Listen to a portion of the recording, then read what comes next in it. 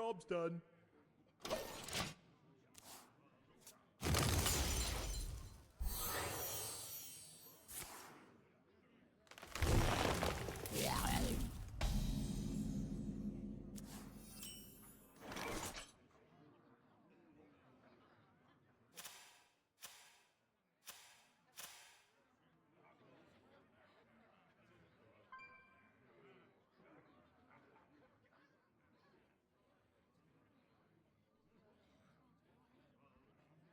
Where shall I strike?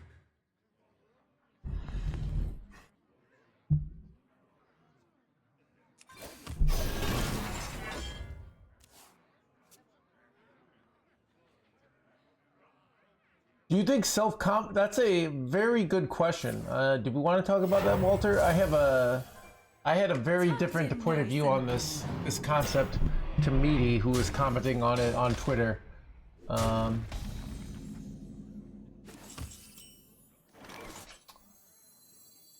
But even in your own question, has there's a hidden point of view. Even there's hidden values of like, should you be confident in life?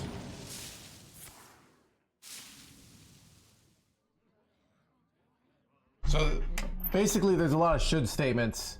I believe it is. So.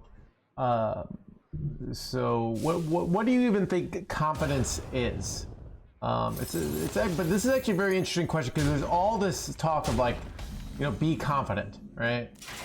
And there's this idea like you should be confident, and all this stuff trying to get you to believe in yourself, and advocate for yourself.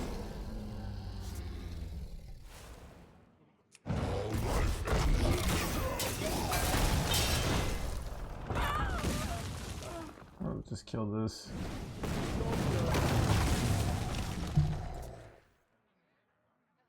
So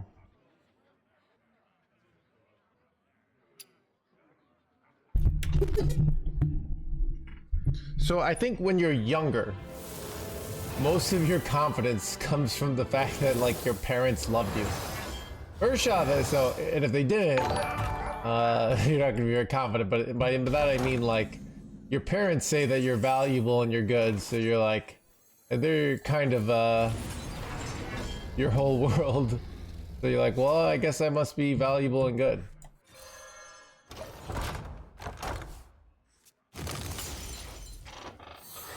They build it for you, yeah. I like the idea. So I think so much in society, there's a lot of incentive to be overconfident. What I like about poker is it's an environment that really punishes overconfidence. And really challenges this paradigm that you should be confident.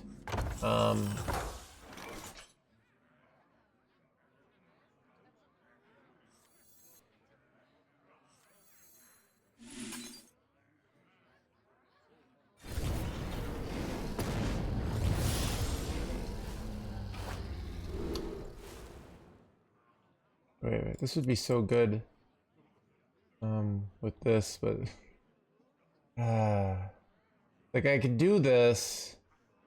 Do I have a way to ping my own guy? No. I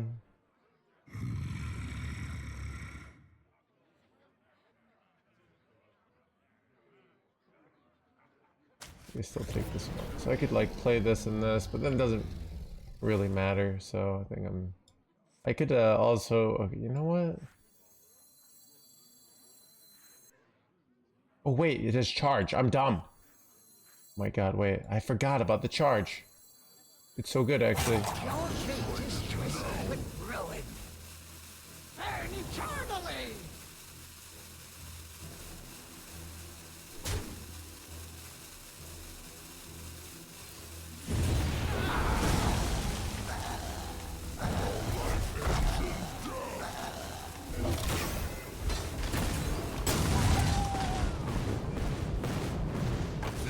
Wait, I got no kill. Okay, whatever. All right.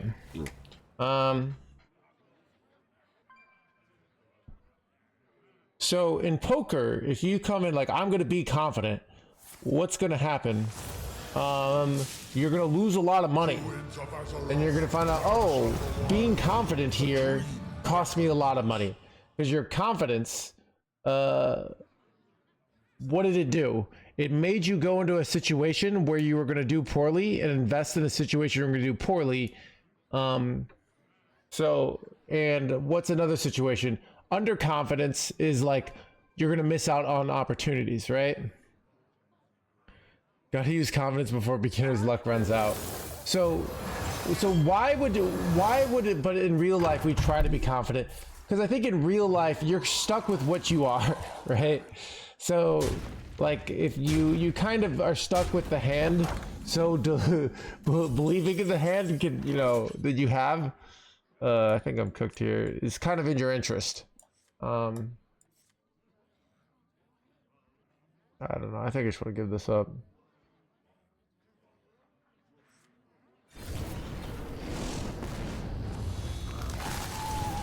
So,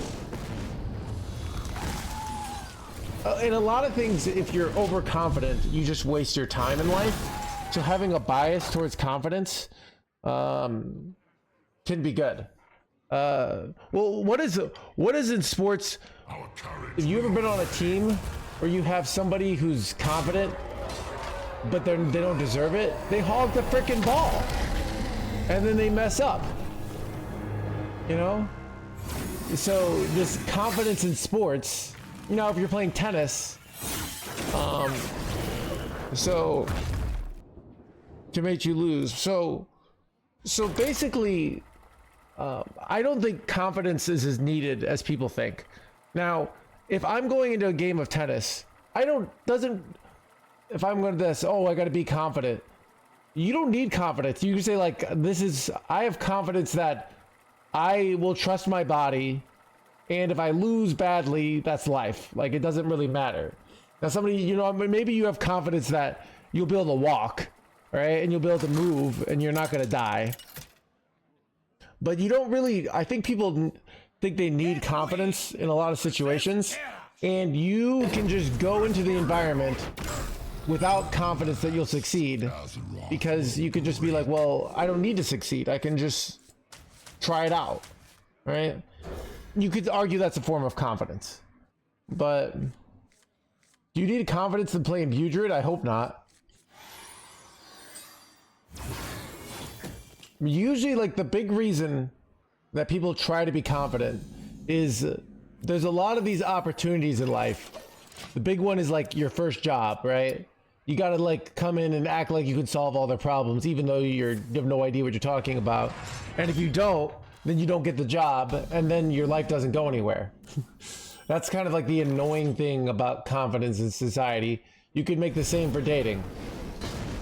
But you get in tough situations where you come in all confident and full of yourself in dating or in a job, and then all of a sudden you're like, oh, can you do this? Yeah, in social situations. So the part of the reason why confidence is so valued is it gets you opportunities, and those opportunities get you to improve more, which then feeds the confidence more, right?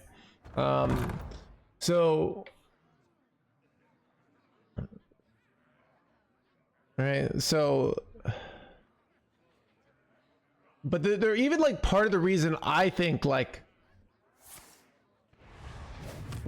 sometimes feeling like I'm not good enough has advantages. Where, you know, if you take up an opportunity, that's an opportunity somebody else can't have, right? So there's your emotions and your morality might say, oh, I don't want to do this here. Which I think is just interesting. But you know what? Let's just slam it. You're full of crap. Yeah. You know, part of the reason I feel confident is once you get up to the top, at least close to the top, you realize everybody's kind of just winging it. And then you feel a little more confident because you're like, oh, I thought I was full of shit, but then you just realize everyone's full of shit and somebody's got to go do things, right? So, yeah. So, I mean, I think confidence just as a concept is overrated. I think everyone's trying to be confident.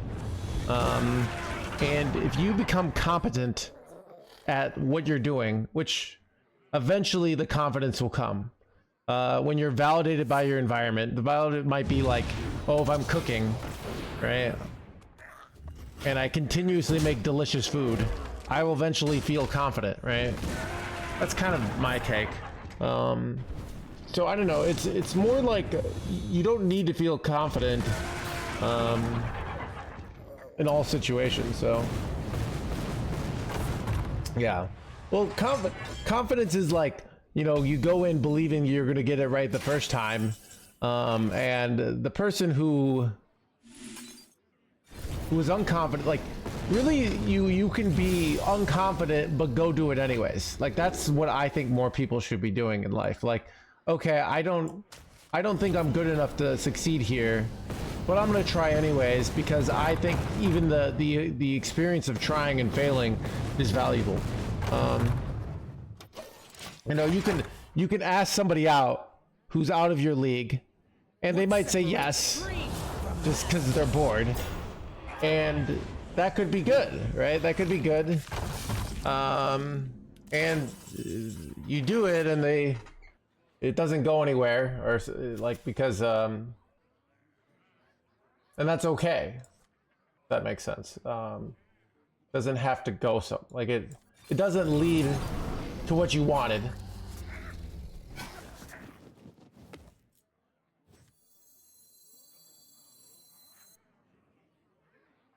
I don't want to just go the Draconix here.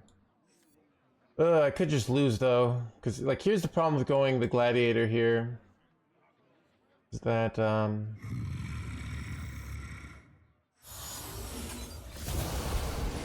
that's really good. This one displeases me. The high roll. All right. So.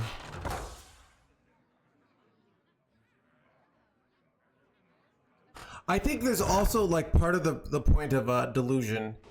So let's say you're going into battle, right? You're going into war. Wait, let me finish this turn. Dream from madness.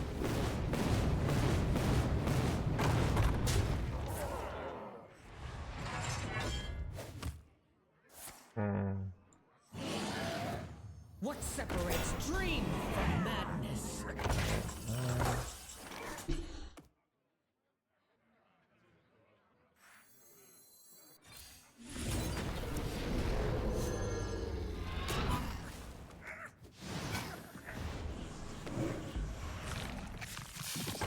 I want to draw here. I don't. I might need. I think there's a good chance I have lethal here too. Let's see if I can get it.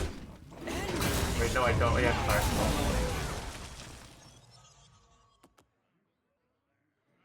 All life ends in death. All life ends in death.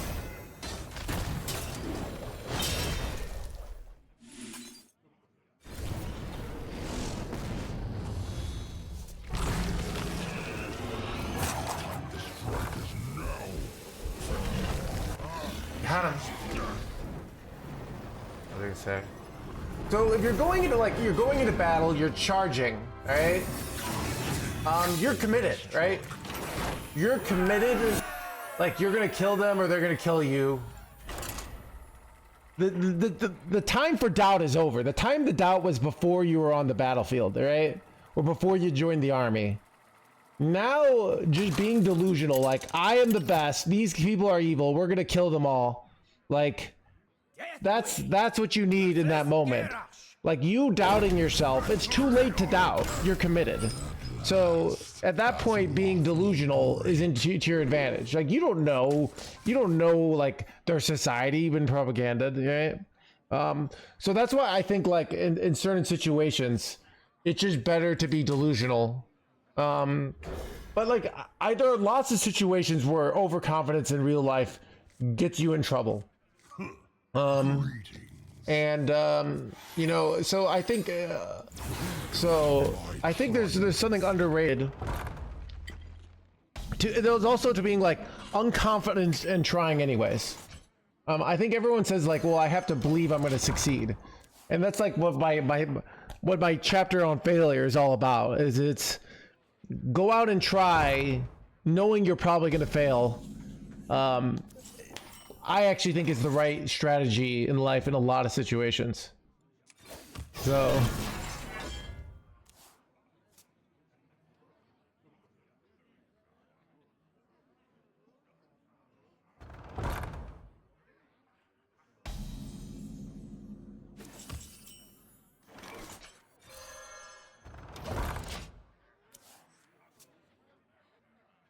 You never score if you don't shoot?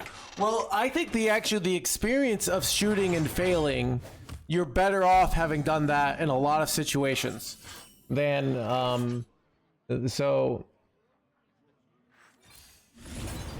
And that's like a big philosophy of my book. Where people think, well, oh, I shouldn't have this. Even I think of my junior prom, I asked somebody out, and you know, and then like she kind of went with me to prom, and then she didn't, you know, they were all Christian, and she's like, oh, I don't think we should date. And I was kind of sad, and I was like, oh, maybe I shouldn't have asked her. And then in hindsight, I was like, I'm really glad that I did. It was really a good like growth experience, you know. Oh, this is bad.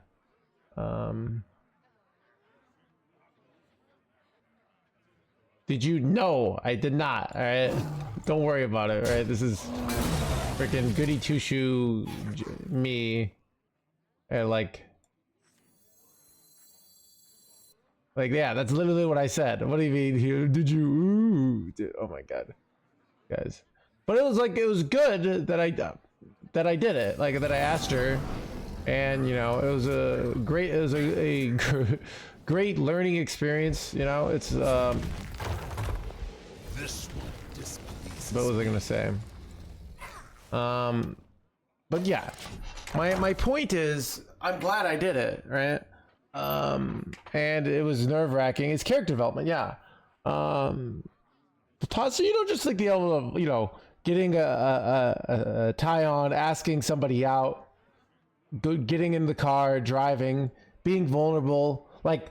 Even like I had a lot better like was becoming cooler, but my junior year I still had like not strong like ties of friends, and then senior year I started to have like much better friend groups. But like I didn't have like this, you know, a lot of the cool kids like they get in a limo together and they all this. I didn't have that, right? And you know, so I felt like insecure about that. There's a lot of things. And I was just better off having done it, you know? And I remember thinking, oh, I shouldn't have done it afterwards. You know, now it's weird. And I don't know, I think like something inside you says you should do this, and then you should just do it. And you kind of, you more think about like, what's like the likely bad thing that's going to happen? Oh, it's awkward. Oh, then that's life, right? Like, I don't know. People say the worst that could happen, but it's more like, it's really bad to be spending like lots of emotional energy thinking about doing something. You're better off just doing it, you know? So you can have a different kind of confidence, and this is not the, you can have the confidence of like, I can fail at this and it's going to be okay. As opposed to this, like, I have to succeed, I have to be the best. Like, you know, I believe in myself enough to like try this, fail, and like be okay, you know? She calls you creepy and no one talks to you again. Yeah. I don't know. It's I mean this is dark.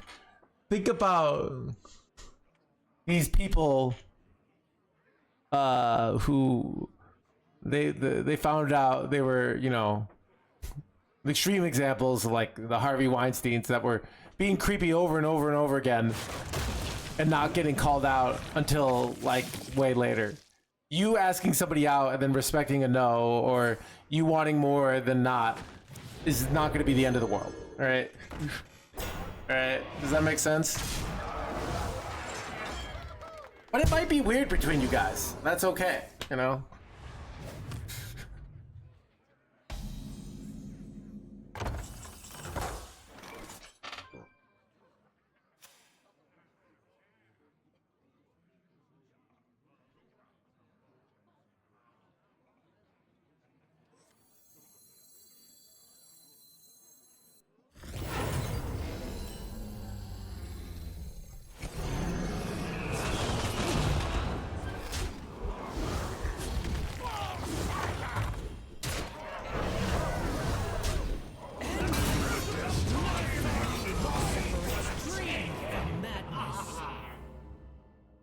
I don't know.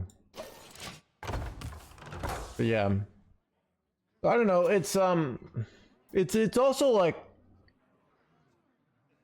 I know. I've talked about, you ever, you know, I just said this in chat once, but you ever get a girl's number and you're riding that high and then you just don't text her because that would like kill the feeling, you know? So you just like don't text her because you're like, oh, you know, because then right. I tell this to Jess, like I've never gotten a girl's number. Anyways.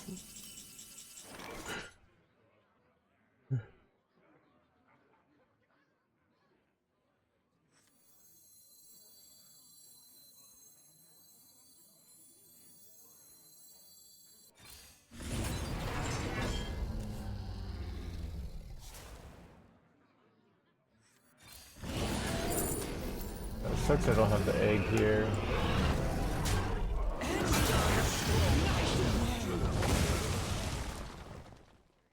Okay. A lot of damage to do this, but I think it's correct. I could not hit it, but there's a chance I low roll, and it's just so bad when I do. Getting dating advice? I don't know. We were talking about confidence, and that's like literally why everyone talks about the confidence. Rotaro Cuffin. So someone asked me about confidence, and that's like why everyone tries to be confident, right? If you didn't have to like, because confidence is rewarded in dating, so like that's it's very relevant to the conversation we're talking about, right?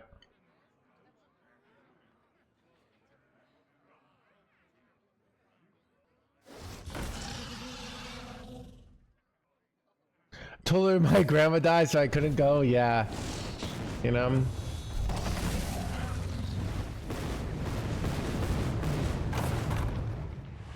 There's a 15 Hearthstone dead zone between him and Wreckman. I think I'm cooked here, chat. Maybe I'm not. I don't know.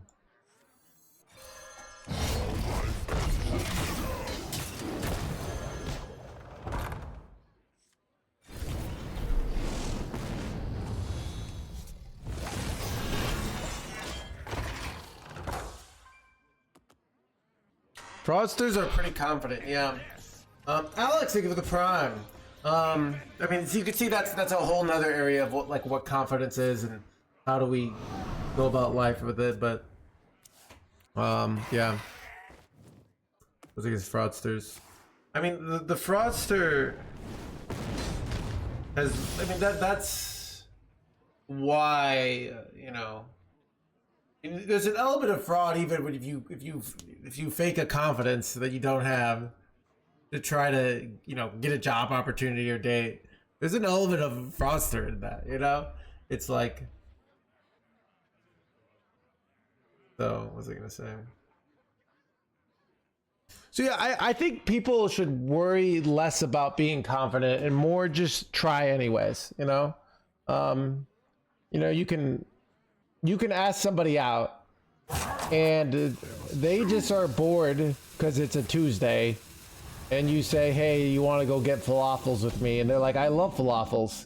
I never don't think I ever want to date this guy, but you know, it's a Tuesday and I love falafels. He happened to hit the thing I love. So I guess I'll go out with him. You know?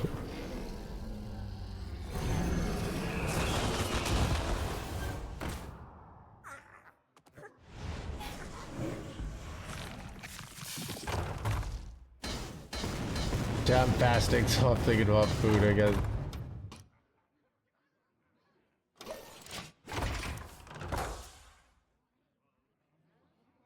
Yeah, I asked, I made an iced coffee. It says you put a little bit of salt in it, like just a little pinch of vanilla extract and then some cinnamon. And it's quite good. So I don't have to have always hot coffee.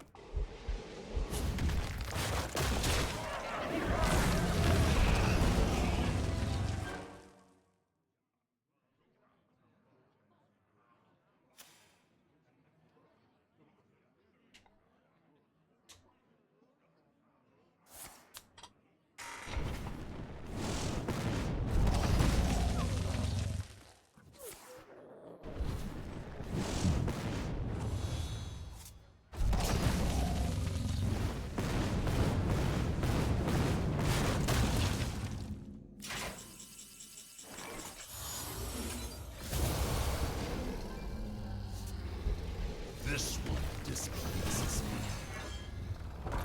Thinks I lost my guy because I don't have anything to revive here. I'm probably losing here.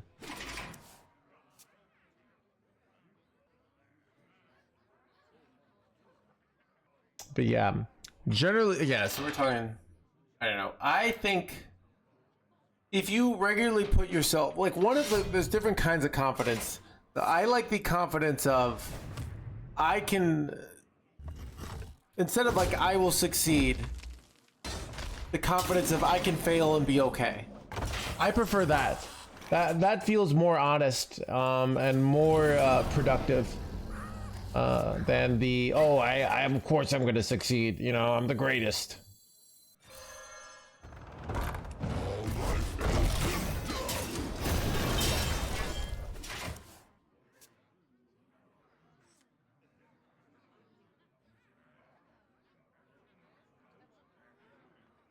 Could actually have, yeah.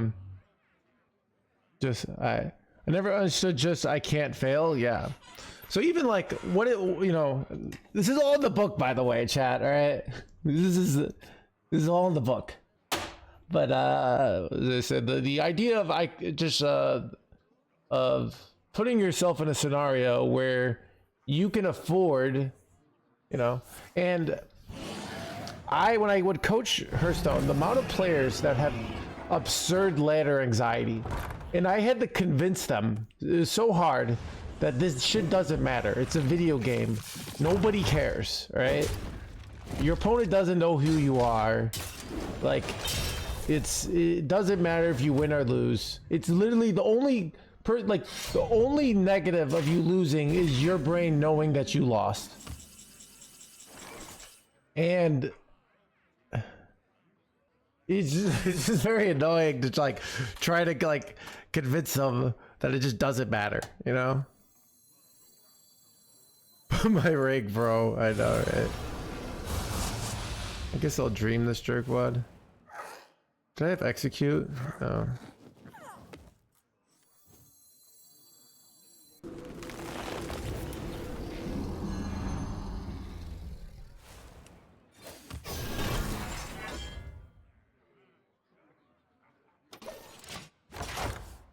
I remember. Yeah, I don't know. Of course it matters.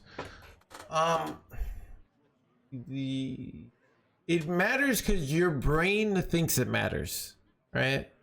Your brain thinks it matters, but that person's perception of you doesn't matter, right? So my point is, you not playing on ladder. So no, my point is, so you don't want to lose because then you feel like you're worse. But I'm saying you already, like, basically you lose, you think you sucked, and that hurts you. I'm saying your winning or losing doesn't matter because you already sucked. The losing just allowed you to see reality, you know, which is not what you want to hear, you know.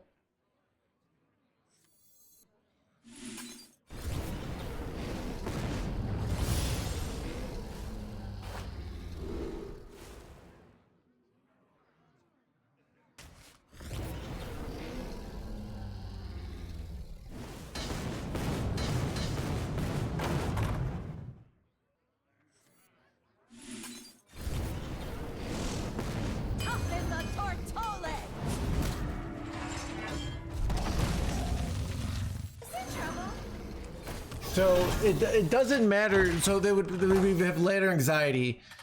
The winning or losing doesn't matter because no one actually cares about your rank. Only you care. And really only you winning or losing doesn't change how good you are. It only changes your self-perception. So, but it's a video game. So basically what I'm saying is, you know, you're winning or losing.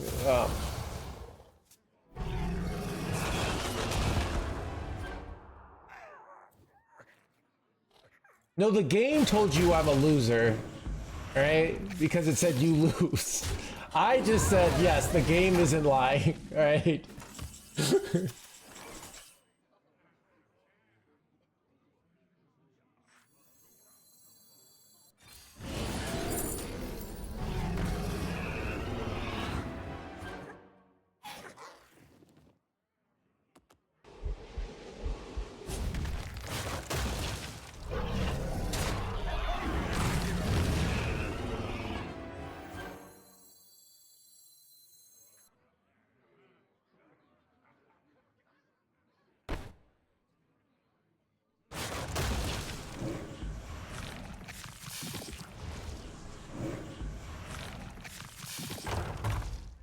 I'm probably supposed to do this actually.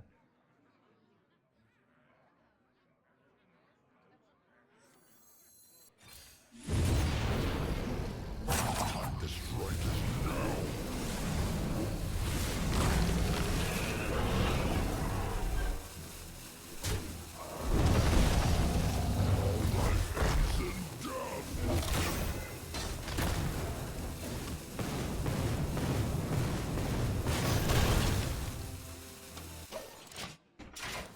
My point is, like, people want to keep this delusion that they are a great player, and great is even like, what is even a great player? But they're like a top 1,000 player, so they'll feel so afraid that they won't do actions because they don't want to unvalidate their worldview that they're a good player, and that ironically this attempt to protect this belief that they're a good player ironically keeps them a bad player, where if they just played and got better, then they would become a good player. That's the irony of it. My point is that your short-term play doesn't matter. It's like what you matters is that you grow in the long term, and you avoiding failure and being so afraid to see discomforting evidence that you're not as good as you think almost ensures that you will stay a bad player.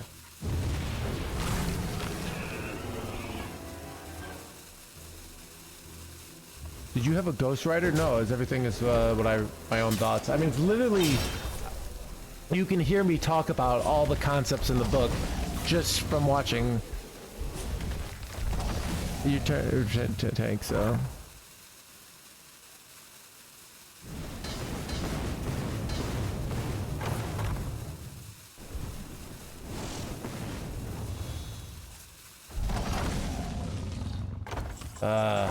All right, this is awkward.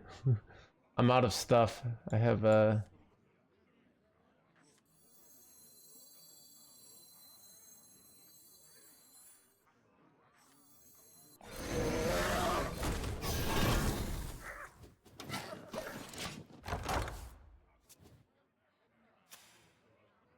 know, I was probably supposed to wait a turn to play this to get more value.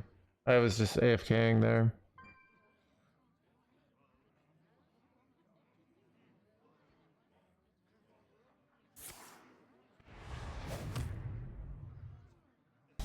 Okay, never punished yet. Not enough cards.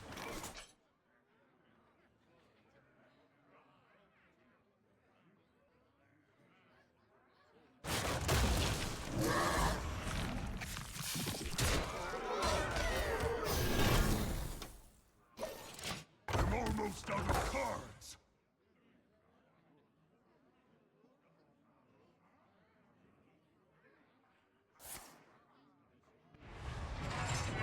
I'm out of cards. It's bad. But is it bad? I don't know. Maybe we'll be okay. Who will we win this?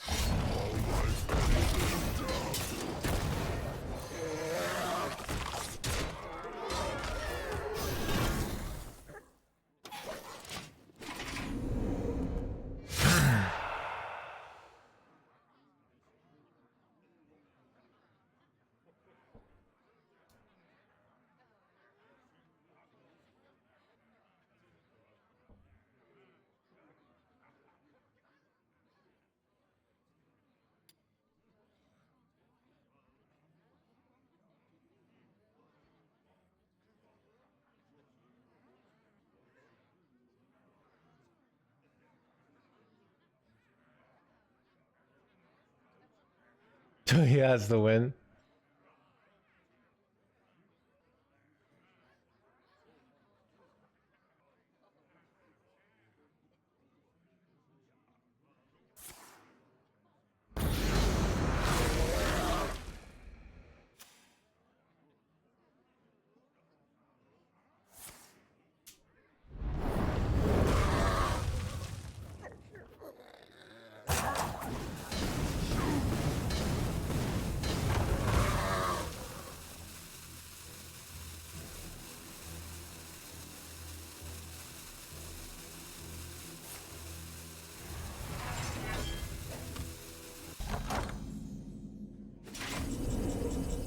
What damage do I have here? 5, 8, 10. They take 2 fatigue. Alright, I think I hero power pass here. It's weird. I could press the button. Let's see how much. Like, let's think what's in there. So if they go up to 17 life, right, and they take 2 and 3, so they take 5, right? 5, 7, 12, 18. They go from 15. So me not pressing the button matters here, because can I get 2-turn lethal basically without it? So if I clear the board and they go up to 17, they'll be at 12, right? So they'll go up to 14, and I'd have 5, 7, 5, 7, and then another 10. So I think I just hero power pass.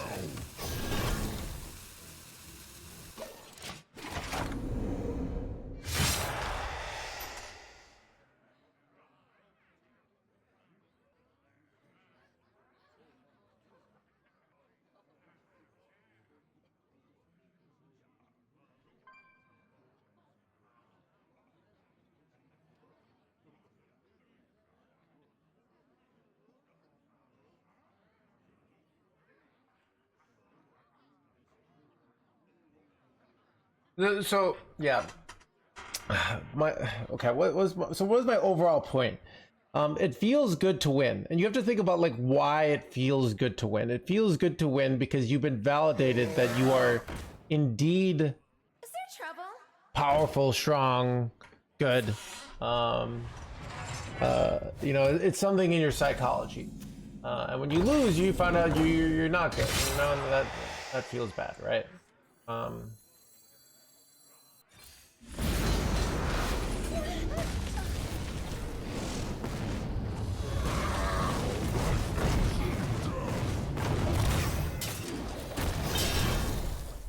That was an error.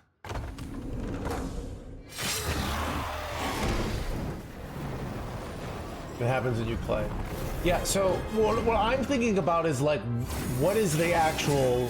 So the ladder anxiety is this: I need to protect this social status and this current self-perception that I am good, to the point where I can't act. So if you actually examined it, like, how insecure are you that you're like have to avoid playing so that you can protect this self-belief that you are good? Now it would be better just to say, I am not as good as I'd like to be yet, right?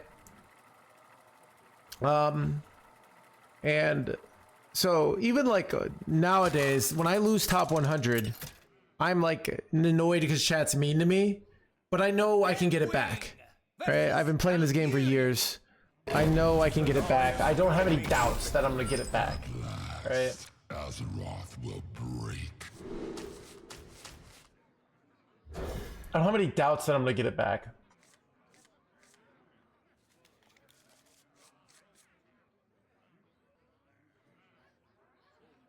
Where you might have doubts, like you might be like, oh, that's where this long-term confidence is. Like, the real confidence comes from knowing so many times where you've been validated by your environment, all right?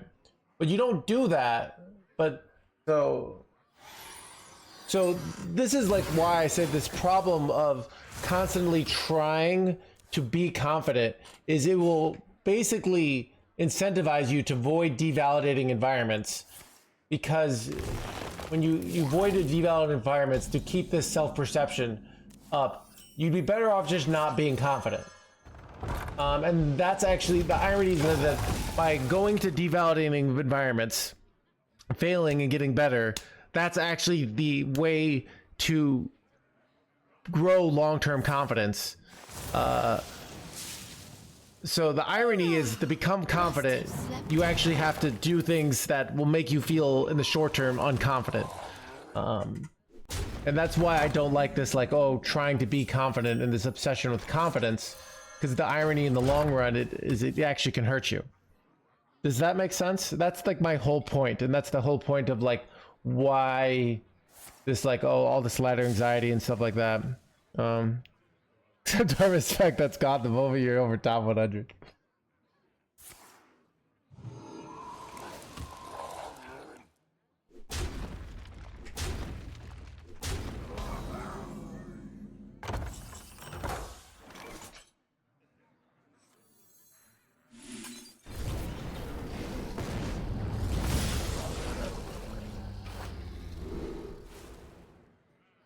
This is kind of good.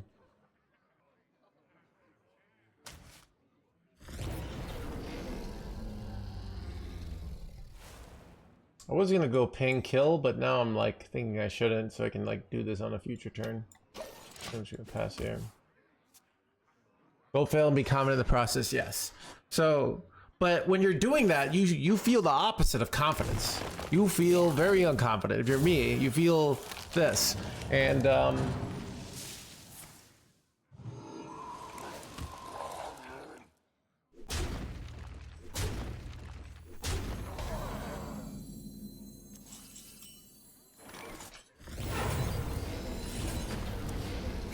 unfortunate.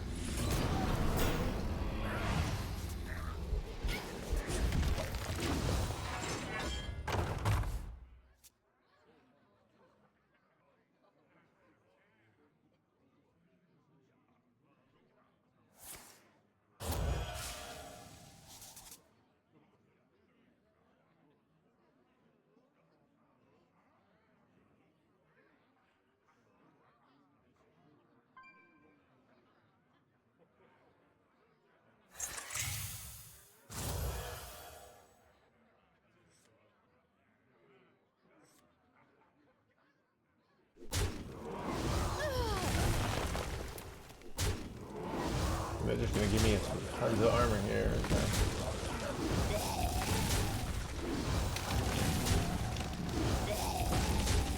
I feel like this can't be right, but I mean they're playing around a lot of things that happen to be in my hand, but I still just feel like this is questionable.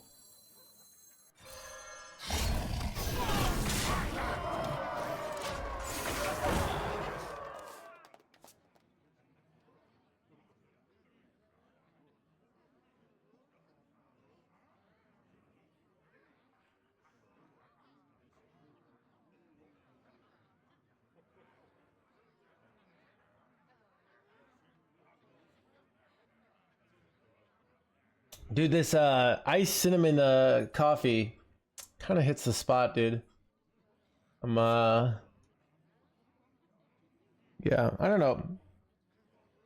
So yeah, I mean that's why I feel like a lot of mainstream confidence you know, I know I'm still talking about this, but I thought of this is a lot of mainstream confidence advice revolves around this concept of like, be confident. They try to say things that that get you to feel confident, and I just think it's the wrong strategy. I think, like I said, the best strategy is to accept that you're not feeling confident and try anyways. I think that's just a much better approach that will lead to much better success.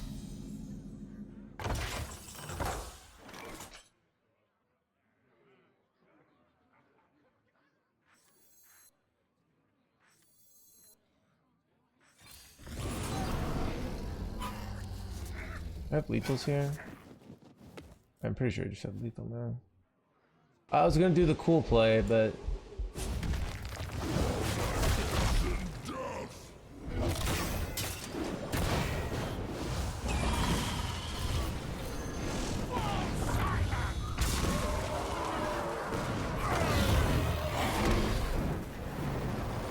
Why do you think that's the narrative? Because it feels good in the short term. There's just so much nonsense of like, you know, like, you know, when you see some sort of social media thing being like, you know what, I believe in you. It's like, they don't know you, right? Like they're saying, oh, now maybe they just believe in human beings in general. And I think there's some real truth to that. Like human beings, given the right strategies, are incredibly powerful, resilient creatures, you know? But they just there's all this shit online, and not even before online, of people just telling you what you want to hear, because it'll make you feel good right now. Yeah, so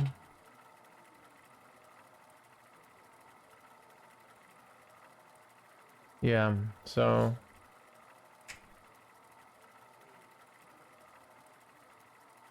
yeah.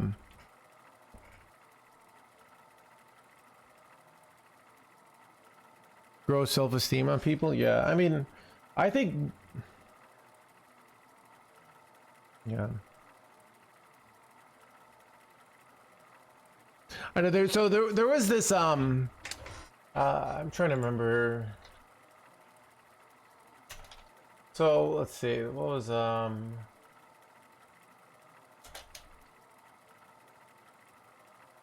yeah, so there was this this old YouTube channel like this. I think I don't know if they might have had some controversy. There was a thing called like Lisa Nova, I think was the YouTube channel, and she had this thing called like Affirmation Girl. And it was really funny because she would go to the mirror every morning and be like, you're beautiful and you're so smart and people are gonna love you. And she'd say all these positive affirmations to herself. And then just the world would shit on her, you know? And it was like this contrast of like her trying to succeed and believe, and then her life of this. And it's like, that was the joke, right? So it's this concept of like, okay, I'm trying to, you know, self-validate, but my environment is not validating me, you know, and it's but so I mean, I think there's also, you just don't know the ways, like you can go out like this, instead of saying I'm going to succeed in building an amazing website, I'm going to just try anyways, right? I'm going to go out and do it anyways and fail, you know? I think that's, I don't know. So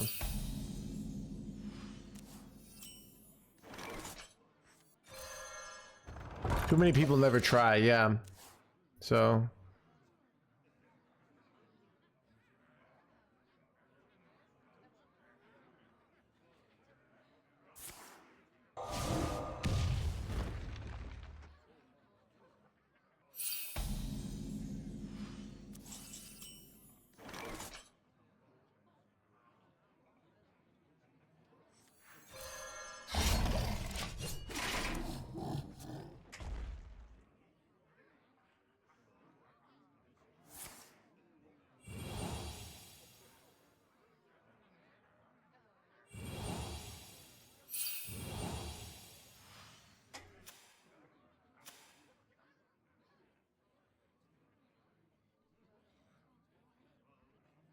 is your must, otherwise you'll never start.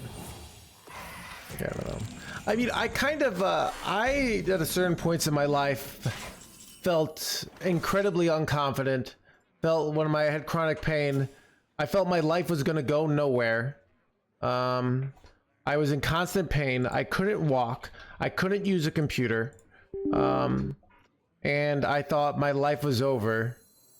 And I kind of had this like, well, this is what I have, and I can either die, or I can this, or I could just try anyway. So I tried anyways, because that's all I could do. I didn't feel, I felt like I was going to fail the seed, but I was like, what else am I going to do? Life turned out a lot better than I thought. I think that's, you know, a lot of my point of view comes from that mindset of, you know,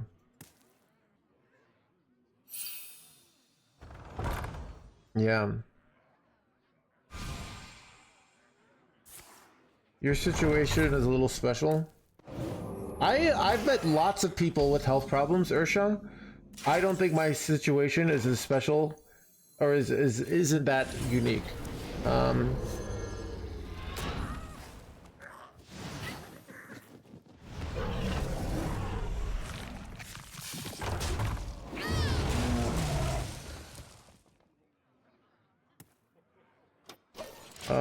And I've met lots of people with disabilities, and I find the people I meet with disabilities, there's like two schools.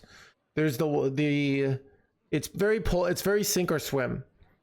There's people who give up and like feel the things I felt like, oh, I've been wronged by the world. This is unfair. This is bullshit. And then there are people who say, well, this is what I've got. And ironically, some of them become massive successes. And I think it's, it's surprisingly common to hear these stories of people with disabilities that are massively successful. And so I think you see both, and that's my point. This one displeases me.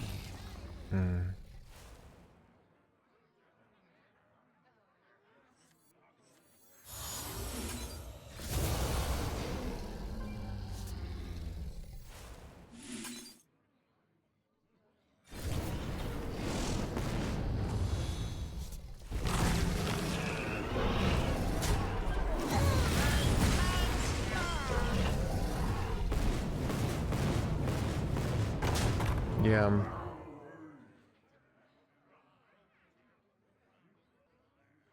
So not Druid? I don't know. I mean, I found one deck that I like, and it happens to be Druid, and it's my style. That's all I really need. So my mentality as a content creator, my job isn't to make the perfect system or have the perfect meta. My job is, how do I take these imperfect metas and make it fun? That is my job. My job isn't to make a perfect, like I said, a perfect system where everything is fun. So if I can't figure out how to make Hearthstone fun, I'm not good at my job.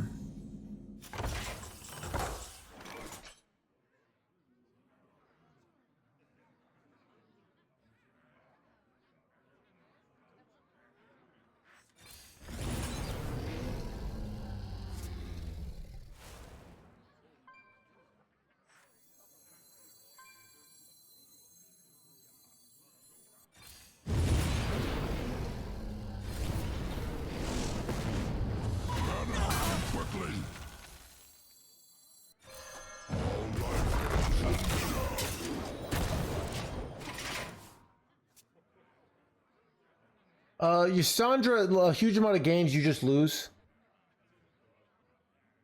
So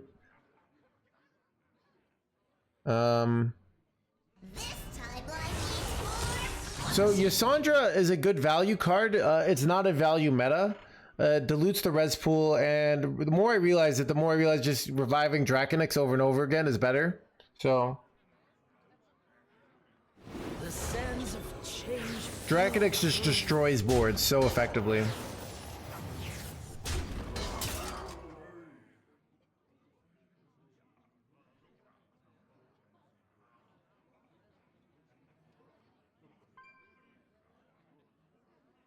Here's but a glimpse of your What? Illegal. Wait, that's really bad. I needed that.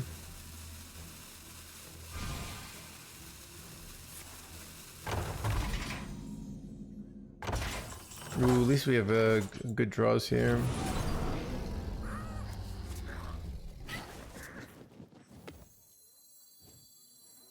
I think I actually go this first because there's a 50-50 chance, and if I hit a Gladiator, it's actually good. Okay. Let's see if I high rolled a 50-50 here.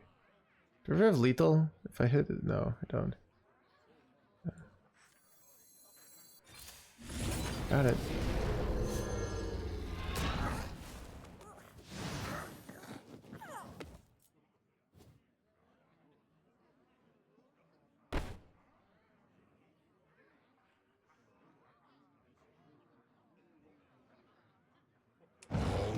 ends in death. Time to strike is now.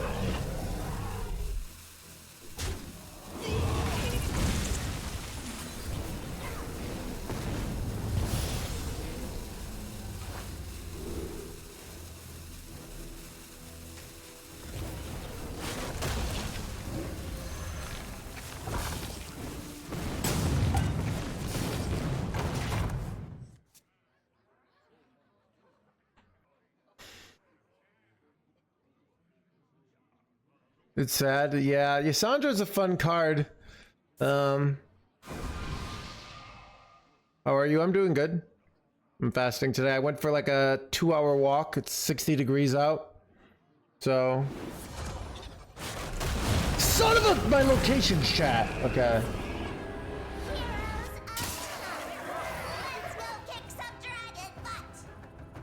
No hat today? I don't know. Did I put the hat back on? Chat, are you disgusted by my lack of hair? And you're like, put on a hat, you disgusting, ugly streamer.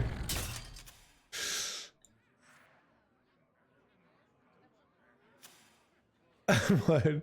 Time runs out on me.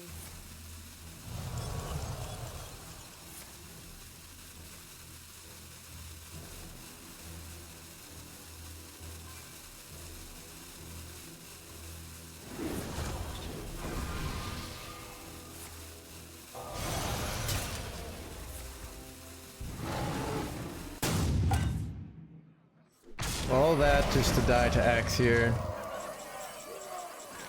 Do I play the top deck card? No, we'll just kill him. Take a good look. You ain't never seen a light again.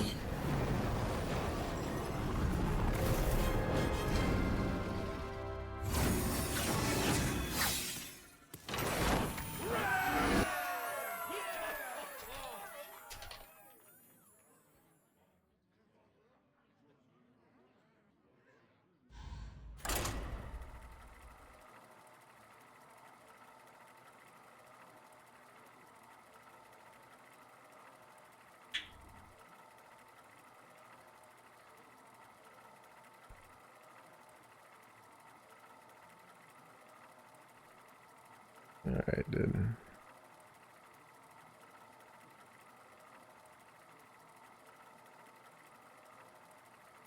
Butcher turkey, maybe. I don't know, dude.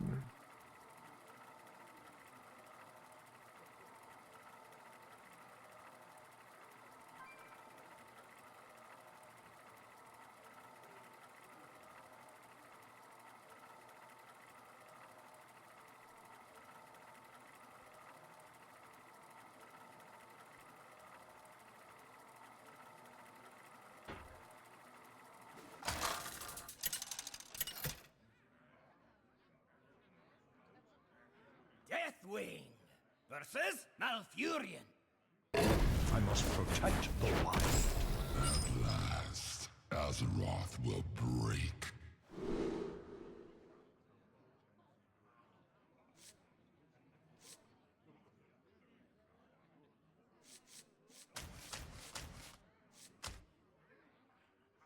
You have a mohawk?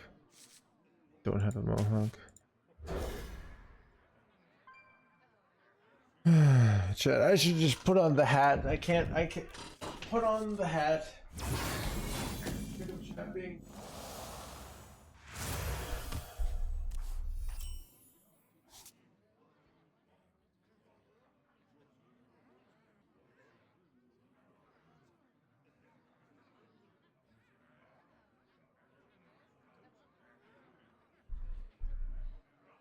Time to strike is now.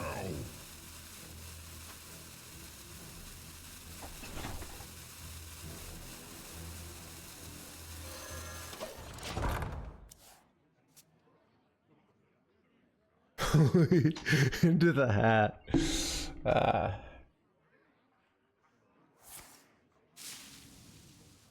You play chess? I used to play chess. I was playing a good amount of chess online before I discovered Hearthstone, and I played in high school. I was 4th board. I went to 7-0 at state one year on 4th board. Pretty impressive, right? You can type my name in chess and find I'm one of four people from my high school in the last 40 years to go 7-0 at state, so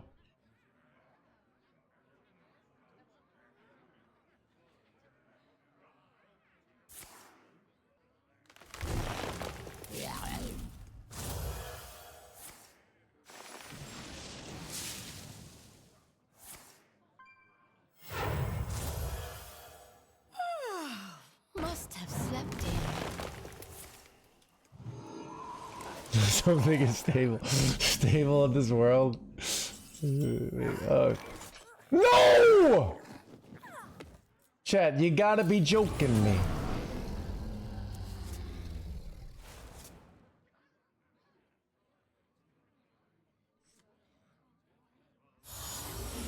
I don't even know what I do here. This is over, I think.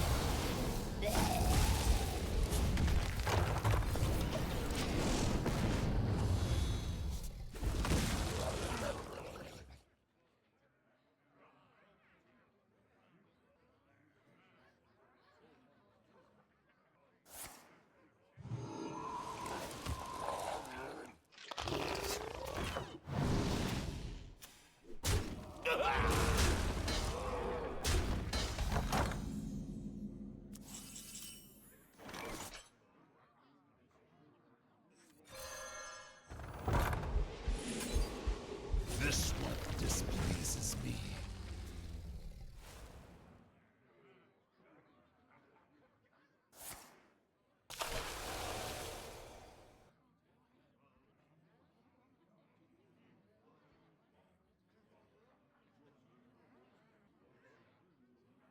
Now Yasandra does something good.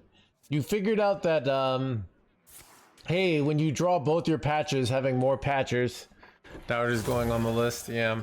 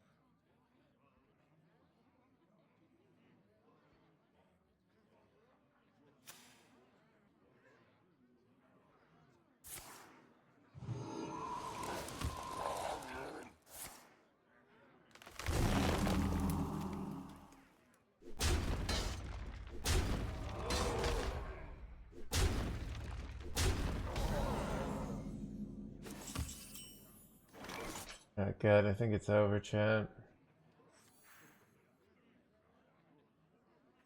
But, chat, you can't... Don't call me hanging hands in their game for nothing, man.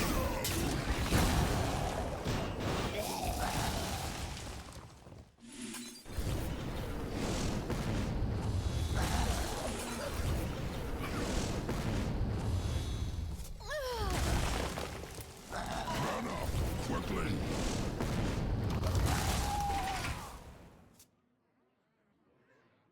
Last Epoch, can't wait. Didn't start at CPUE too. I'm doing SSF in Path of Exile right now. I'm enjoying it.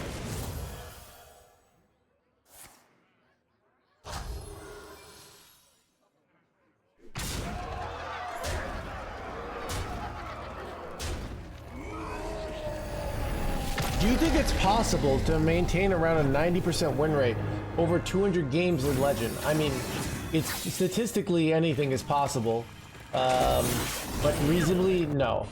One, if you had a deck that was that good, it would be playing against all mirrors. So that would never happen. Even you could have a deck that literally won 100% against all other decks, and it wouldn't. But if you exclude mirrors, it is possible. But they would balance the game to get rid of that, right? So basically, there's all these forces to make sure that would never happen. So it's not really a good question, you know?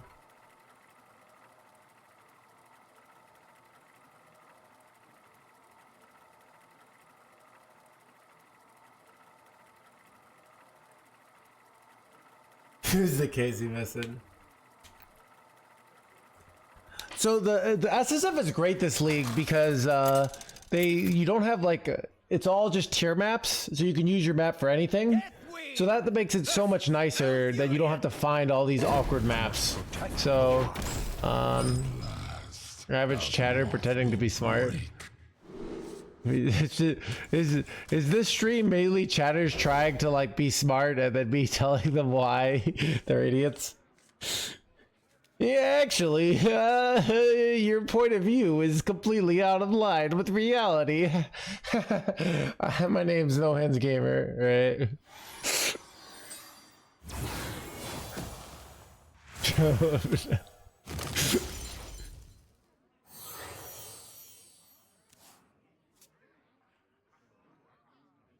Was nerfed? I mean, Demon Hunter was day one. Day one metas have that happen, and Warrior would eventually been at least soft counter, but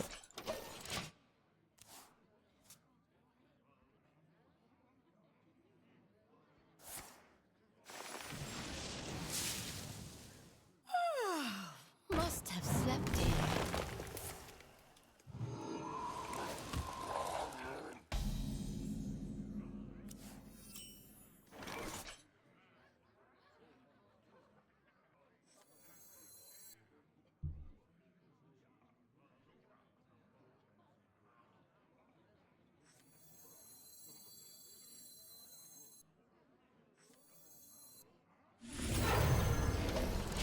hiding information. I had such a good win rate with it. Nice. Play with this deck. I'm up to over 100. When should I drink a beer tonight? You should drink it when we get #1 legend, Johnny.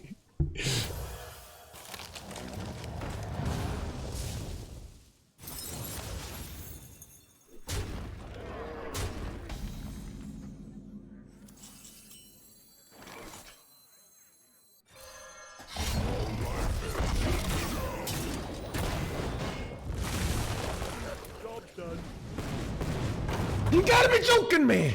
Oh my god, dude. Chat.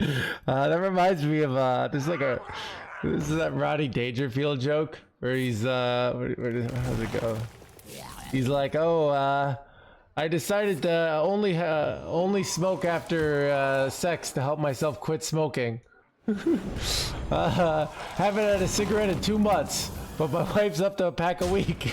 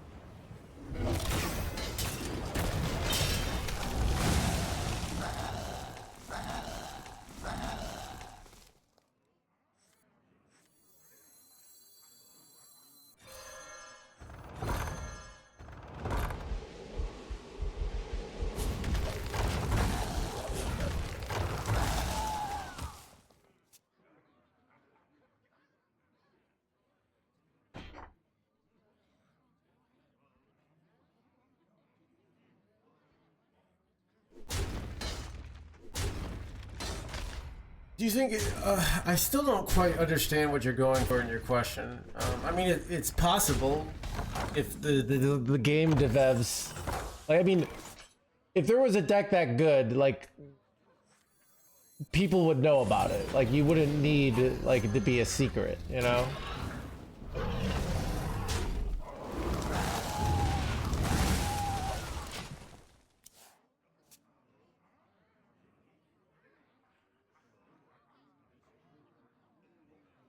I can see. I don't know. I mean,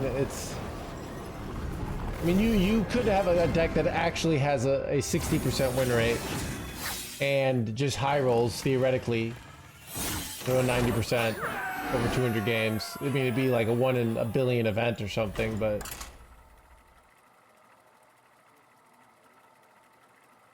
Yeah. So no. The answer is no.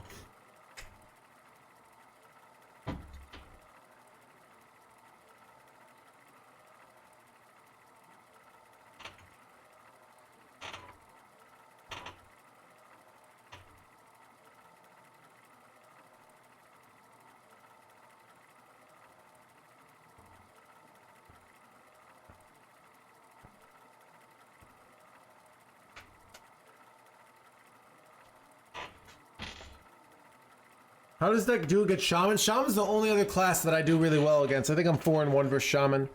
I do bad against Rogue. I do bad against Hunter. I do bad against Warlock. I do bad against Egg Warrior. I feel like every other major deck we lose to, but we happen to crush the best deck in the game, so... Deathwing versus Thrall. I bring the fury of the elements. At last, Azeroth will break.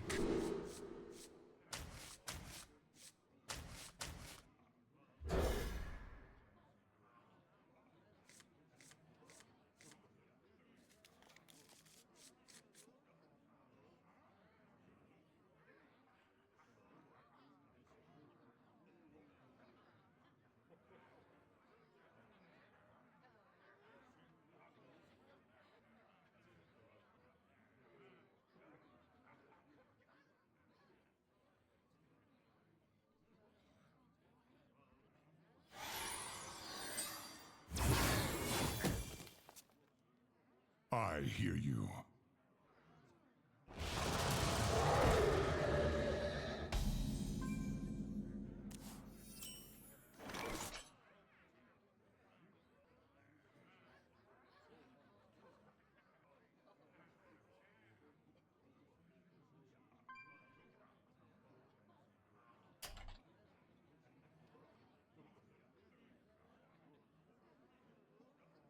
What to burn next?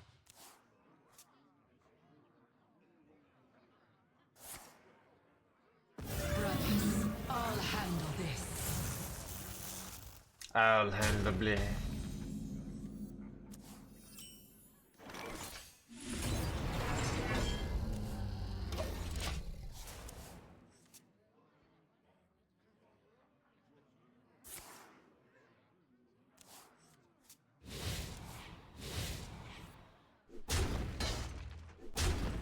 That didn't go as...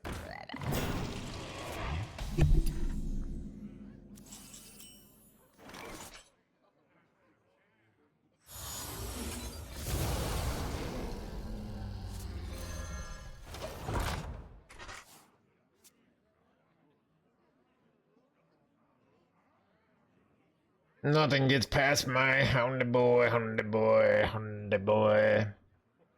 Nightmares are never forgotten.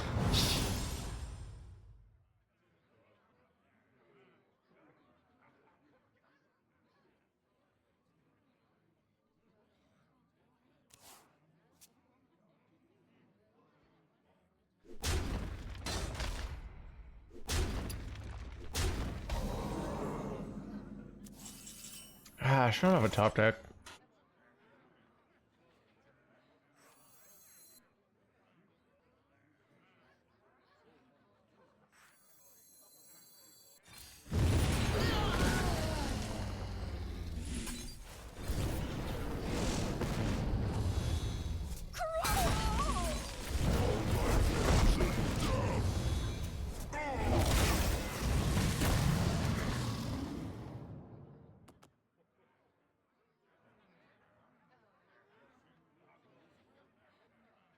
You dare stand against the wind? I'll handle this. Brothers, I'll handle this. Wait, that! Illegal.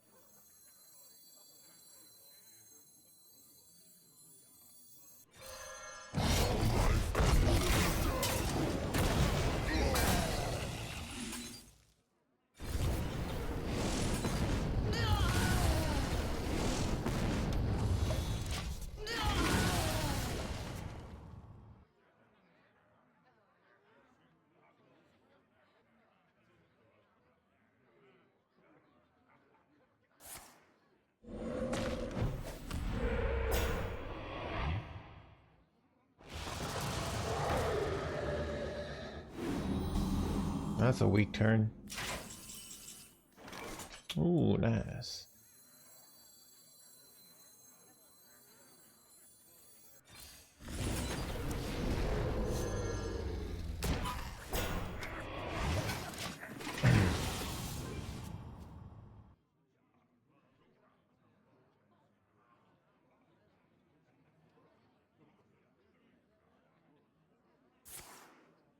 Yes. I mean, I don't have proof of that. I just think so. Wait. Bro, illegal. That was bad.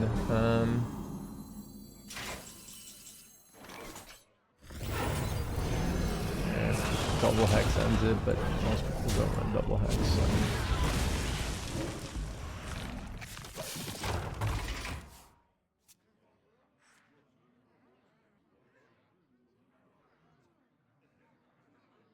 Can you explain? Yes. So a huge amount of games when you're up against Druid, if you hit Tortolin or Draconix, you win on the spot. If you hit Yasandra, you lose on the spot. So you're losing 1 out of 3 games for these hits. Yasandra actually has one of the highest drawn win rates in the deck because it's so bad to pull out. So basically, by cutting it, you hit Draconix or Tortolin 100% of the time. So you win in all those situations. So.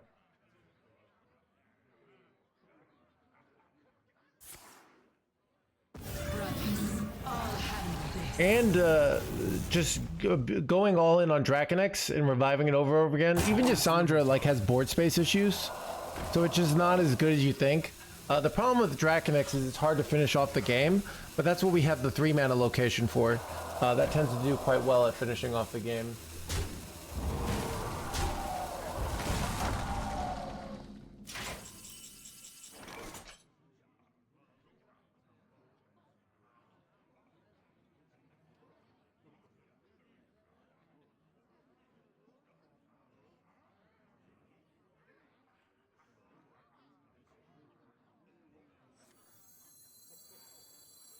What to burn next?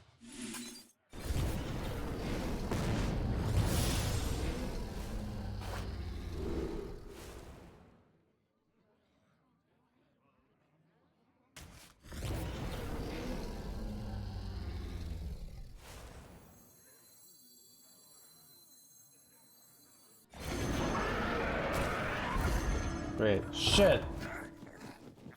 I didn't realize it said Divine Shield, chat. Whoops.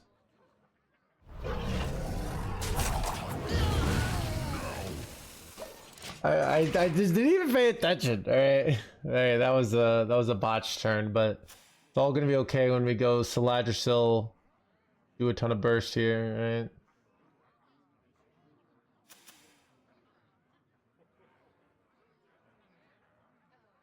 Their winds cannot be contained.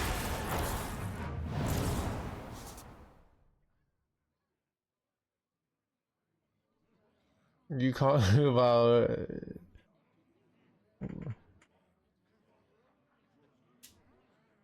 earlier? Yes, there is a chance.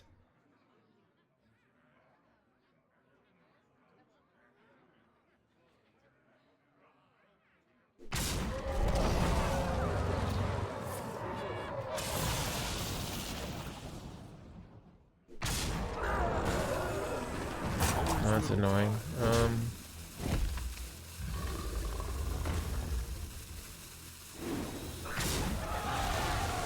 What?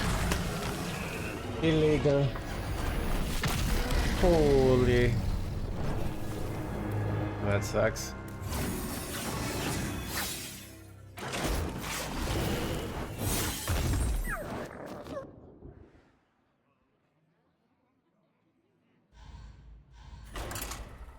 Is the Deathwing? I was thinking about getting the Deathwing portrait for my dad for his birthday. You think I should do it, chat?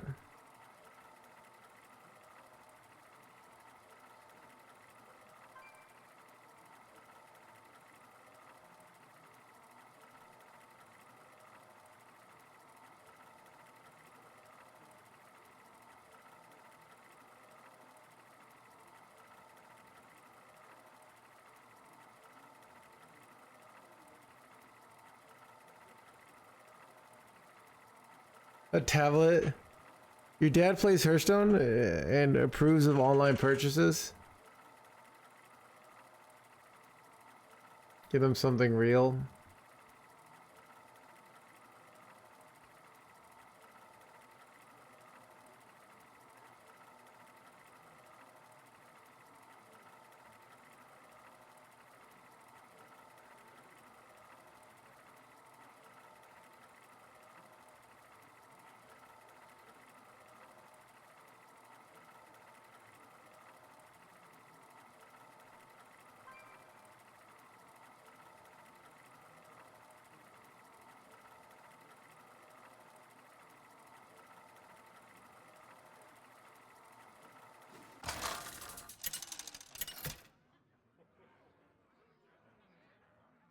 Deathwing versus Huln. Let the hunt begin. At last, Azeroth will break.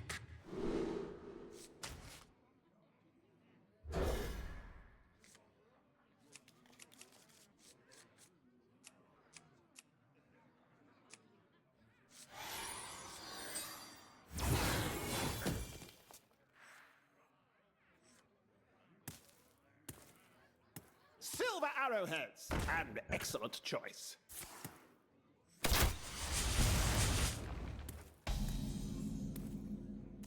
I already run 2 singling depths. What about? I mean, what about making the deck worse, Mr. Streamer? What about adding some chili pepper to your coffee, right? What about it? Like, what about?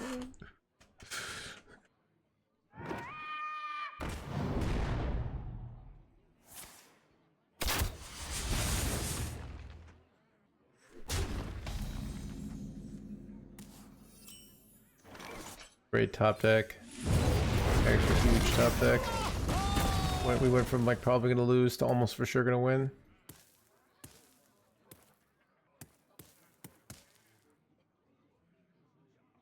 Sisters, my instinct. No, I'm thinking of just is it Breaking Bad? There's the chili pepper.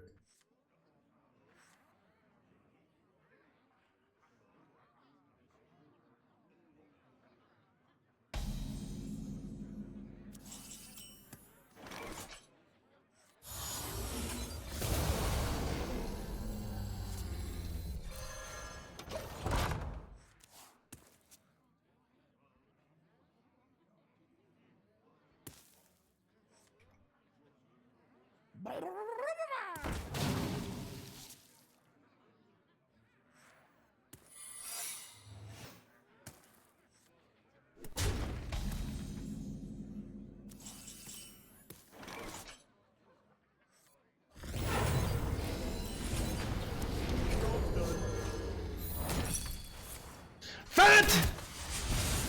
Illegal. Holy crap, that's the way it works, chat? You gotta be joking me. Good thing I have Succumb to Madness here, but...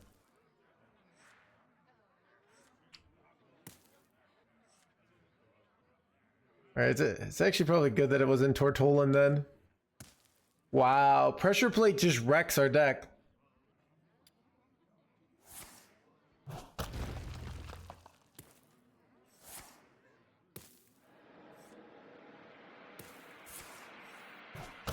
Silver arrowheads. An excellent choice.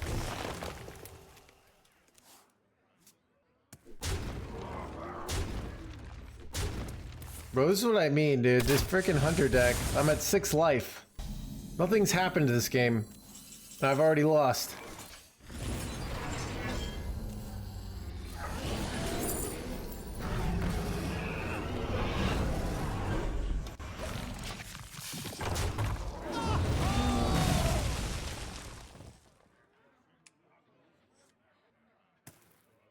No, it takes me forever to win the game, and they just keep shipping face damage here.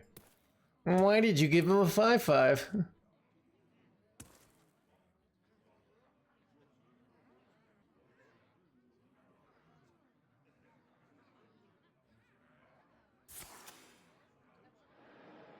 Silver arrowheads. An excellent choice.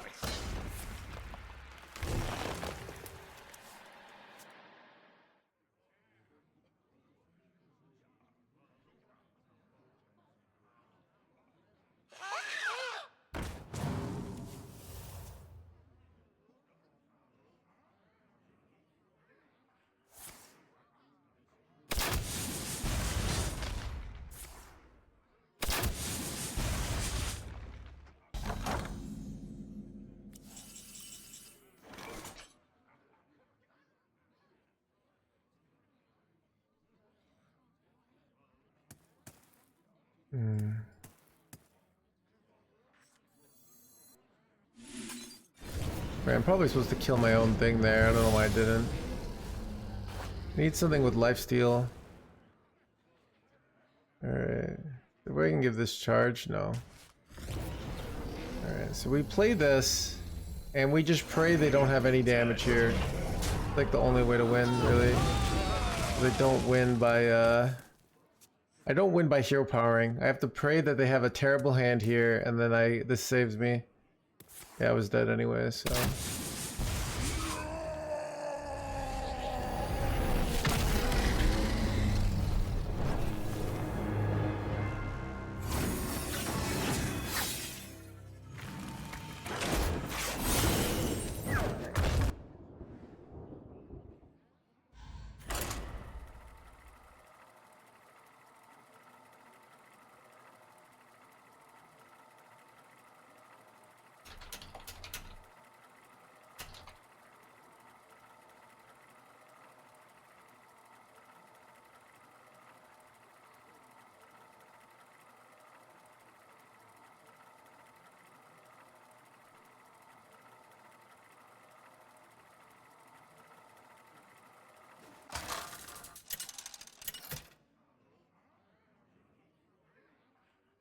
Deathwing versus Malfurion. Scenarios guide me to victory. At last, Azeroth will break.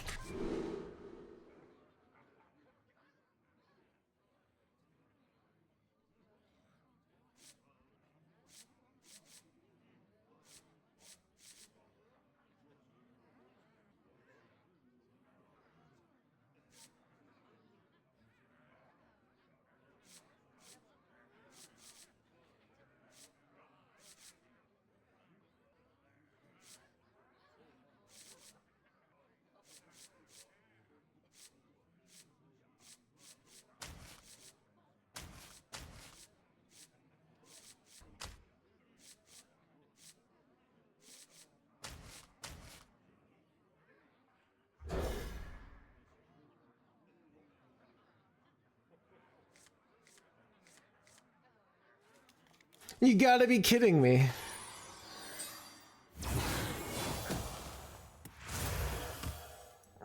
The funny thing is I've legit thought about increasing the cost of BIP.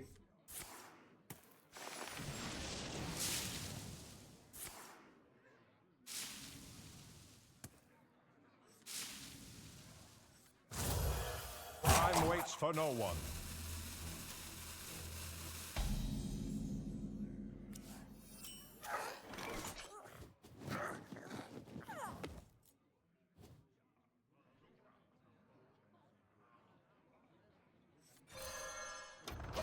Alright, well...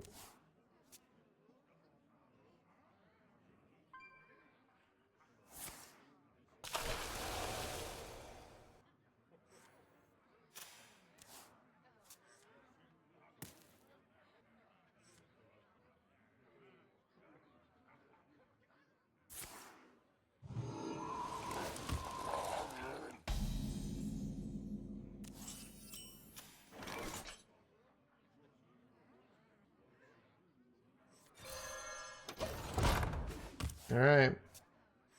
Don't draw Draconix for 2 turns and we win.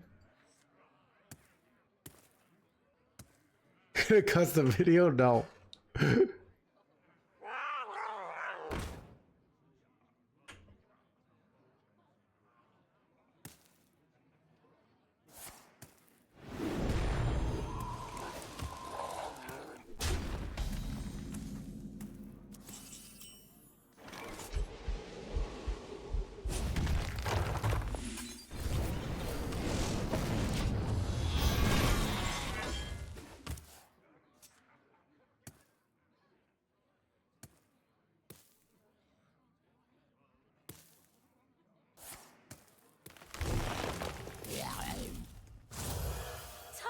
nice and warm. Man, nice tucking, nice and warm you got there. All right, if I draw Draconix here, I'm going to cry.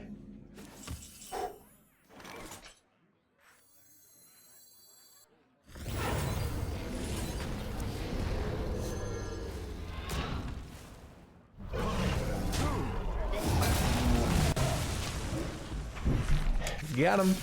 I mean, this is already over, dude. This is why this deck is why you don't run Yasandra.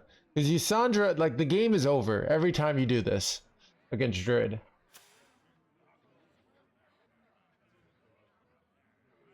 I even think Yassandra's not good in the mirror. The more I play it, the more I realize Yasandra just sucks. What is the win condition? All right, the win condition is every time they play something, I kill their board and then I hit them in the face 5 times. All right, like.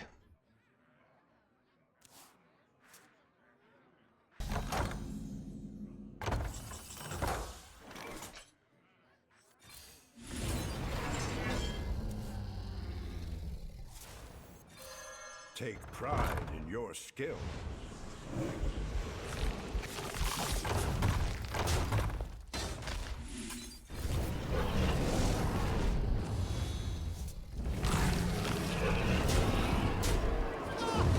No one outruns the winds of war.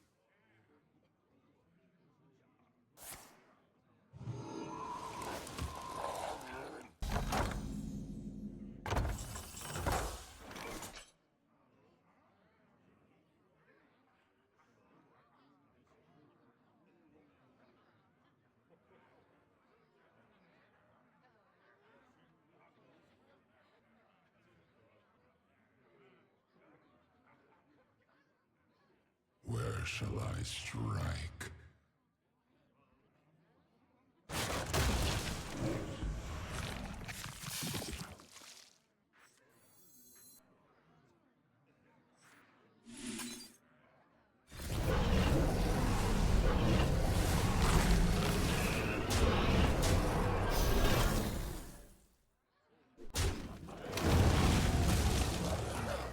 Alright, they go Malorn.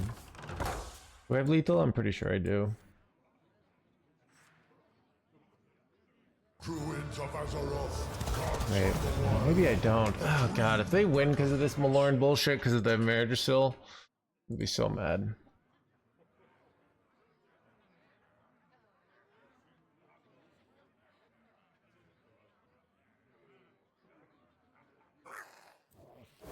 Do you invent this deck, by the way? I'm pretty sure I'm the only in first person to realize that Yasandra sucks and take Yasandra out. But basically, I changed one card from the deck. That happened to be the deck card the deck was named after, so that's why it's kind of... I mean...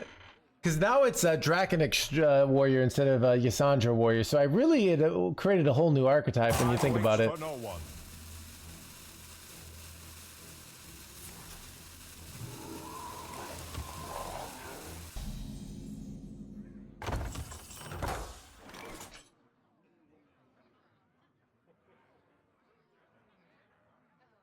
Is it lethal? 17. No, I'm just short, right? Right? This is 1, 2, 3, 4, 6. We can contact something. Yeah.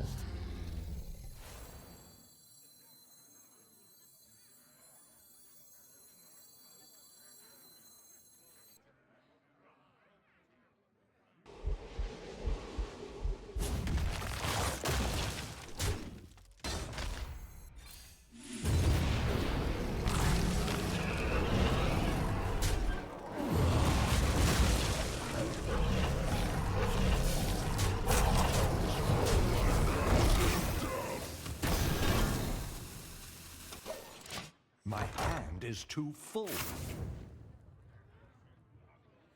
Okay, so with second Sanguine Depths.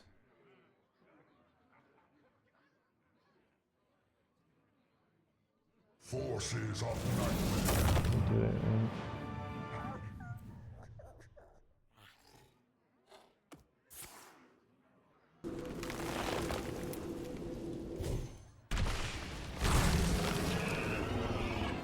There's some magic card here.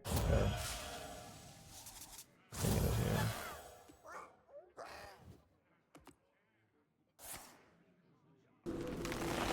Have to give this like poisonous.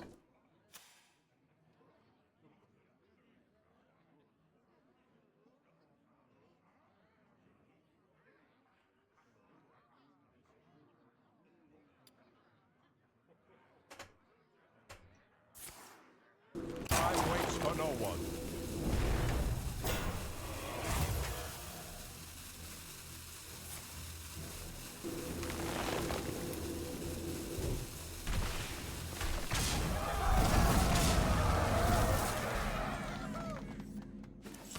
They're dead on board, but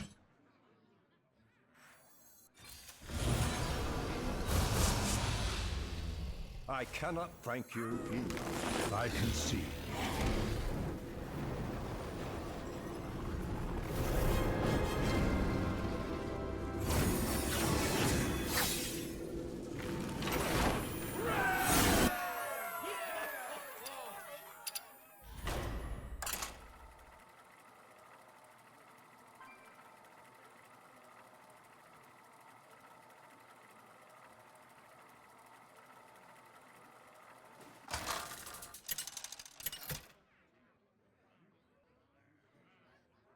Deathwing versus Illidan. The wilds must be protected. At last, Azeroth will break.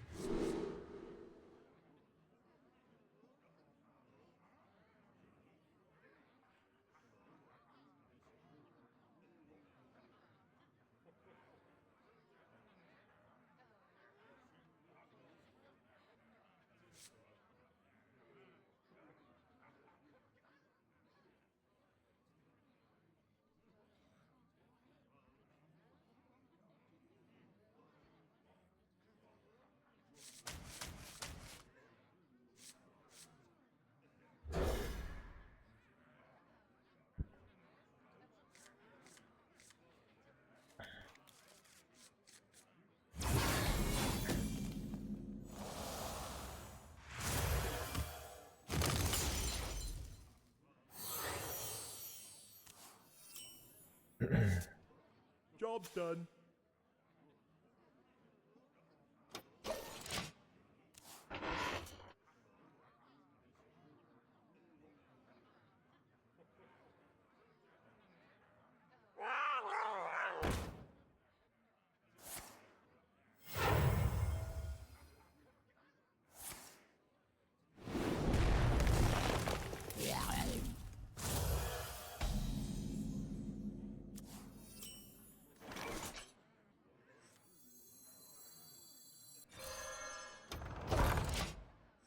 wait, why didn't I just go this? That was dumb. I could have just killed it right there. Much better play.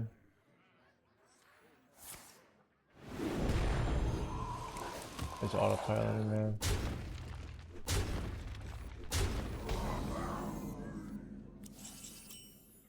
Oh god. So punished.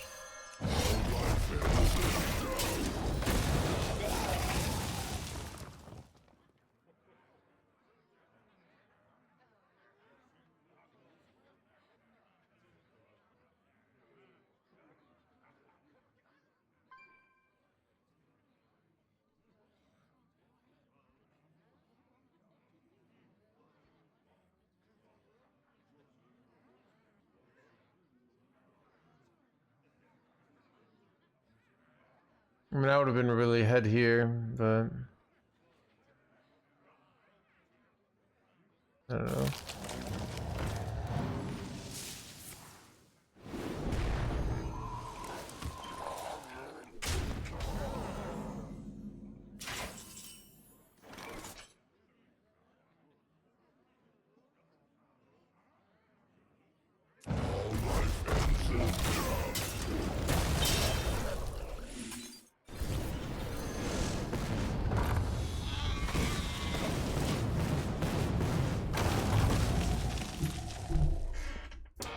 I mean, because they changed the way this game works, is it used to be, if you didn't have money, you got one free-to-play deck, and if it got nerfed, it was like tier 4 at high ranks. Now, because they have these skins, the game is absurdly affordable. So basically those simps are allowing so many people to play this game in a free-to-play friendly way. So...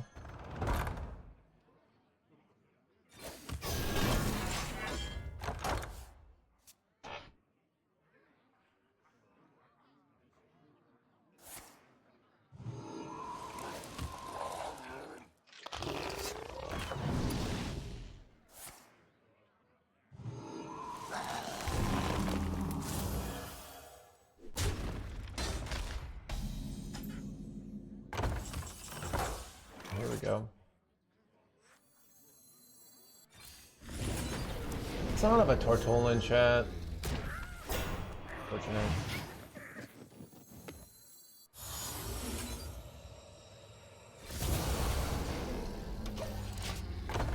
I was probably supposed to go ping this ping, but whatever.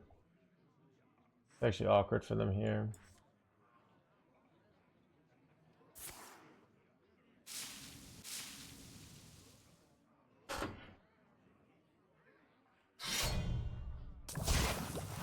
Oh god. Alright.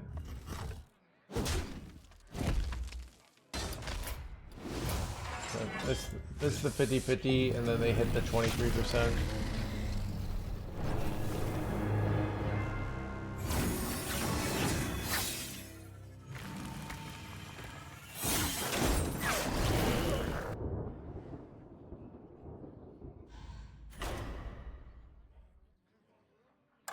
Is it possible to play without Tort? Yeah. It's gonna actually the Druid matchup alone would probably be better without Tort, but the Warrior matchup you'd probably auto lose. So that's the issue, you know. There are gonna be matchups you auto lose, like the Hunter matchup way worse without Tort.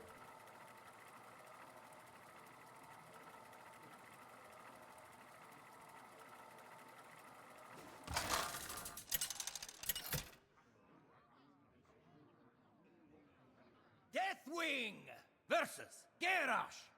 Victory or death! At last, Azeroth will break.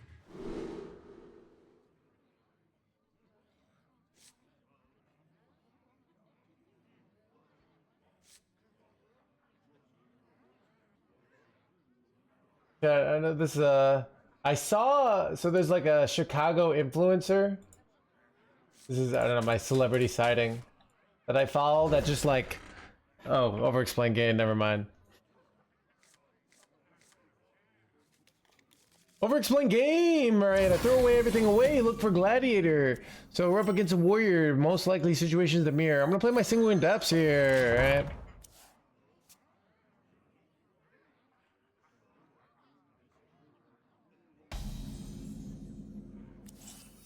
So there's theoretically reasonable to not go shield block here. Why? Because you increase the likelihood that you draw one of these cards. That being said, I think it's still worth going because we don't have any other plays. If we draw one of them, it just means we pull out the other one. But if you had already a Tortolan in hand, I definitely wouldn't go shield block there.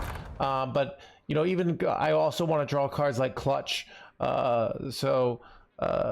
There is benefit to drawing here.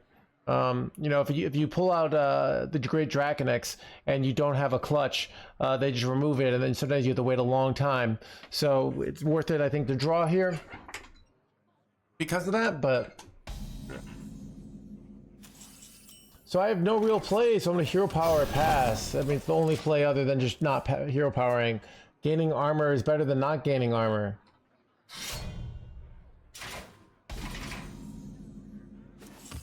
Alright, so I have to decide if I want to equip the weapon or not. I think I'm just going to equip it.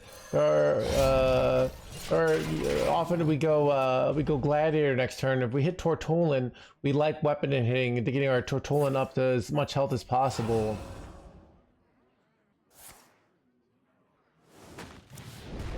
Ooh, there, Yasandra. I don't know if that's good for us or not.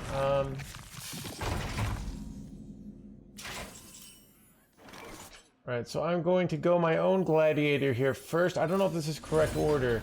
I hit Draconex here. So I decide, like, do I hit here? I actually think I want to protect my Draconex life total here. So I'm gonna go trade on this first. See what we hit here. They hit an 8-6. I'm gonna ping this first here to give it more damage so it clears this jerkwad. We get through here. Let's see if they ever low roll. They did low roll. Now I can hit the 4-3 and kill it. That was really great. Also, what's nice is their dragon pool might be officially diluted. So I actually think at the mirror, Yasandra, I'm not even convinced is even good because it ruins their revive pool here. And but now, I mean, they could pretty easily kill my Draconex here. That's the negative here. But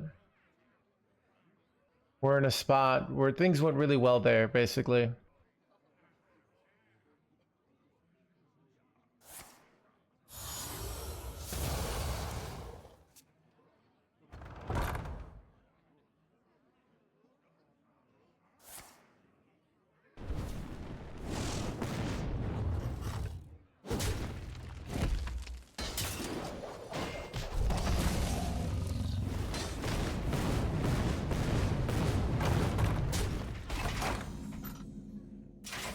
Alright, so I'm gonna go Eternal Toil here to cycle a card. I'm gonna go to Eternal Toil again to cycle another card. I'm going to go this first to get a fire spell, and then I'm gonna go Erupting. I'm gonna hold my weapon charge. Why? What's a very likely card that really helps in this matchup? Sufflusion, the 5-mana guy. I would love to hit the 5-mana guy that copies, then I would ping it, and then I would weapon hit, and we would have a nice little board. So, holding for board tension, don't be too eager to use your weapon charges, right?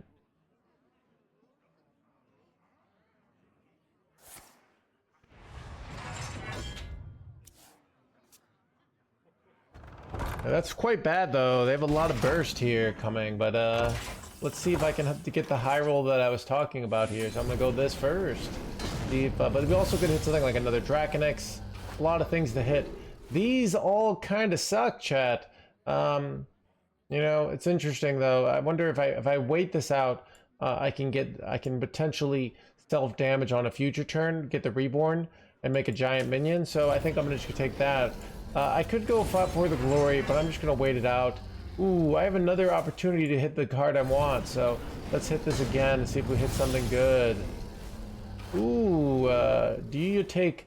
These are honestly both really good. Yasandra is good because it's got the charge.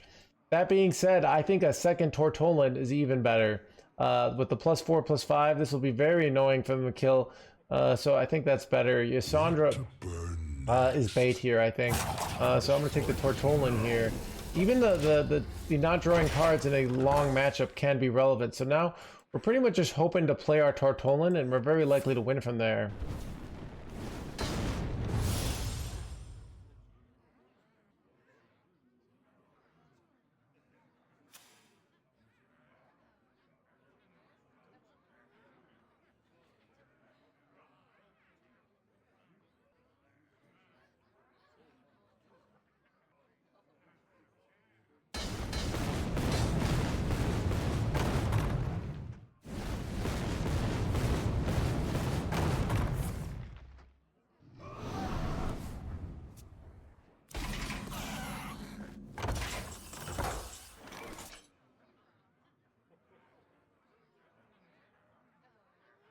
All right, this is awkward. I'm annoyed that the I'm kind of scared here. I think I'm gonna go my end time here, guy. Even though I would like to get the +3/+3 because I really need to spend mana here. I'm gonna ping it here. Actually, should I ping it? They have torch. I think I'm not gonna ping it. I changed my mind. I'm just gonna hero power here. I'm gonna pass. So.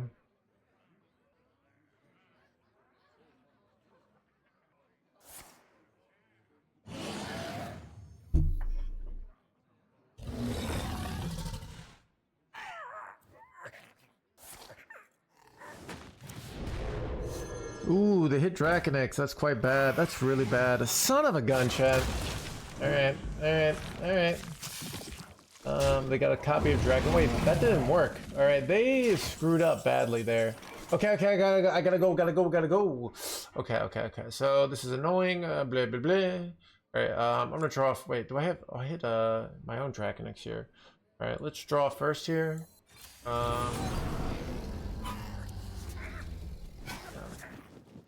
So I'm going to. I have another revive. Alright. I have another revive here. So I'm gonna go. This here, giving me my Draconix back, right? Then I'm going to ping this so that it does more damage. It does a lot, right? Then, so normally I would go execute on this, but I'm going to go torch even though it's this because I want to use a fire spell here, right? And then I'm going to try to play both of these and I push a shit ton of damage. Now their life total is really low, and I can often just get a fast win. If I'm not fast winning, I just slam down Tortolan. Really good situation for us here. Who is he talking to? I'm talking in my apartment, and there's nobody here. My brain... So my understanding is that I speak to this microphone, and that picks up and sends a signal to hundreds of people all over the world using the internet through a platform called Twitch, all right? And that some people actually, for some reason, enjoy this. So whatever, you know, it seems to be happening, right?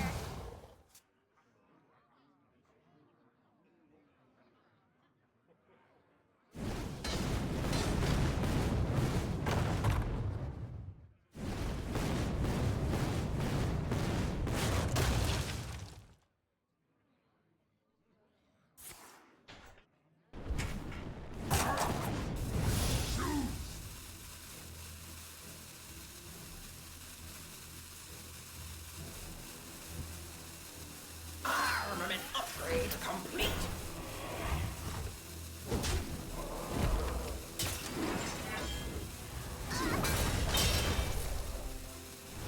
Interesting choice. No, they're gonna die if they didn't do that. So how much damage do I have here? Do I have lethal, basically? So I have, with this, the Searing Fissure, that gets me another 3. So I'm 3 off still. So I'm going to just slam down my Tortolan here. Go face with this guy. And I'm gonna weapon hit. I think putting it down to 1 is, I could consider not doing it. It does make me killed by Shadow Flame guy, or it's close. You know what? I'm gonna hold. I'm gonna hold. Any deck suggestions just to climb? I would suggest if you want to easily climb, play the broken deck. That will help you out. There's a broken deck out there. All right. Oh god. Okay. All right. I gotta figure out what I want to do here. This is very awkward.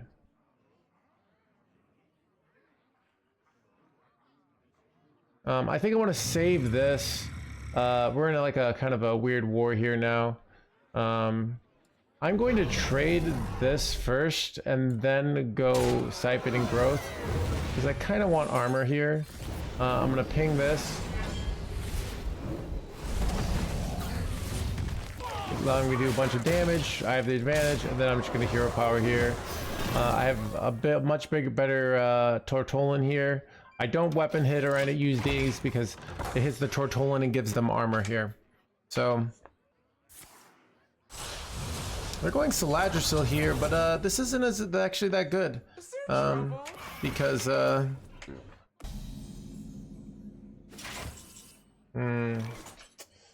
okay. Okay.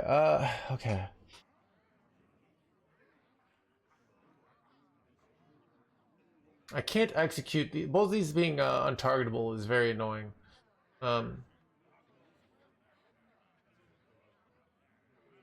Ooh, wait, actually that's it's okay. All right. I'm gonna do a weird order here. I play this, I get Dragonix. I go this. Happy Dragonix. Go this. Damage to all. I weapon hit. 2 Dragonix. Dragonix trade.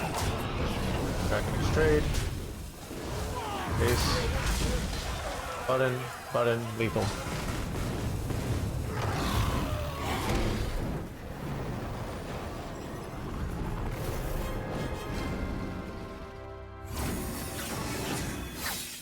Looks very sick when you attack. It is about $190. I really enjoy it.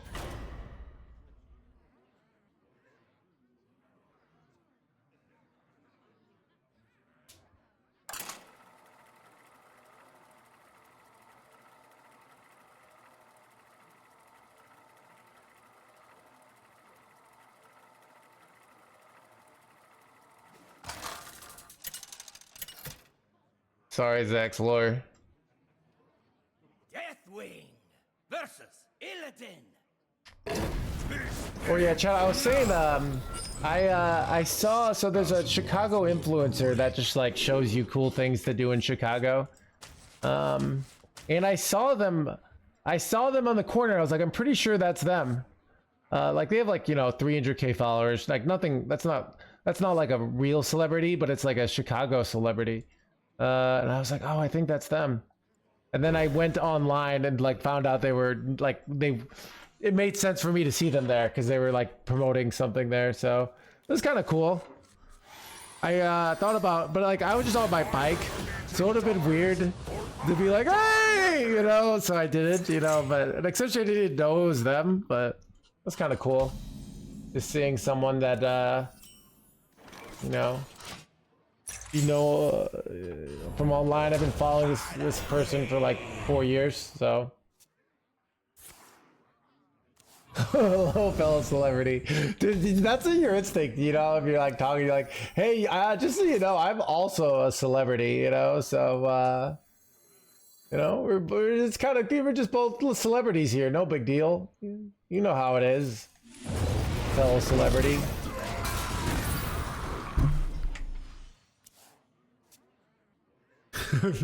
I'm something of a celebrity myself.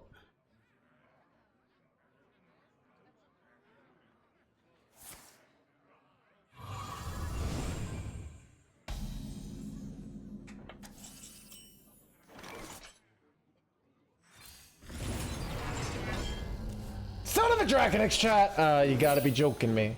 I was like, what are the odds? And then also, what are the odds of like drawing Tortolan and Dragonix back to back is pretty brutal. That would be, I was like, that's 1 in 23, 1 in 23 times, or 2 in 23 times 1 in 22 is, that's about a 0.5% chance. I thought it was right worth it, the shield block. Let's see if I hit the 0.5% chance here. I did not. But we still just would have top decked Dragonix there, so it's not.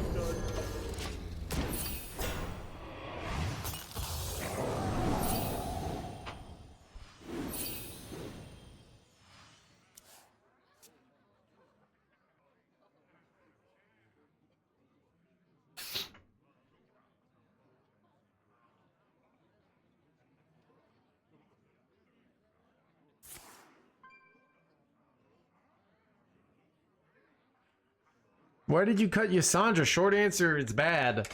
So in Druid, you pull out Draconix, you win almost every game. You pull out Yasandra, you'll lose almost every game. So basically, I went from winning when I play the 5-mana spell. I went from losing 33% of the time to winning 100% of the time. So that is how Barnes decks work, right?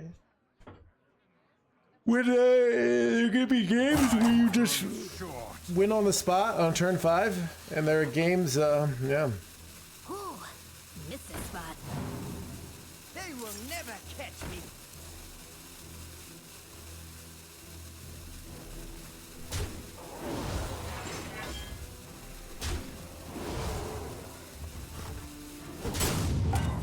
Nice shirt, thank you. I'm doing pretty well on my fast today.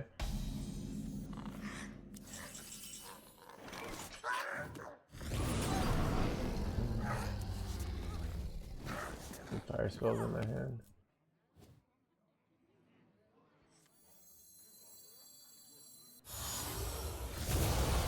Three mana weapon. Nope, not hitting.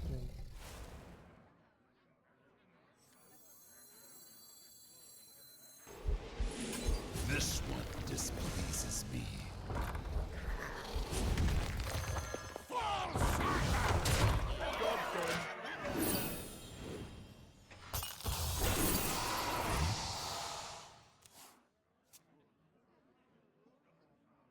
Yeah.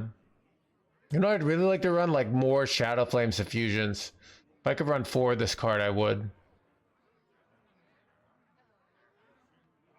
No, it's not skinny yet. Yeah. I don't know. I do these my fasting window. You know, usually I ate at like at 1 in the morning last night, and I'm probably gonna end the fast around like 10-11 p.m. So it's like a 21-hour fast. Not as good as a 24-hour, but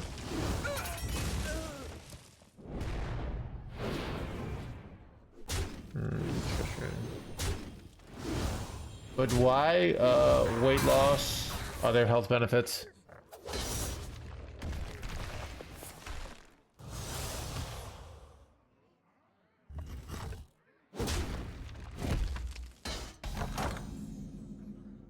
Beauty man, yeah. The real answer. Look, chat, it's Chat,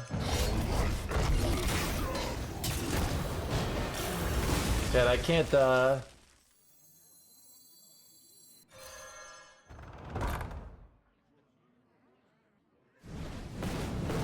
Bro, 3 hits to the face, you gotta be joking me.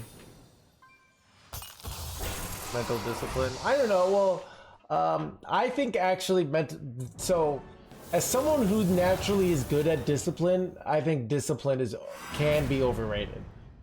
You have a limited amount, but I do find actually when you do it every other day, it becomes more of a habit, and it actually takes less discipline the more you do it. So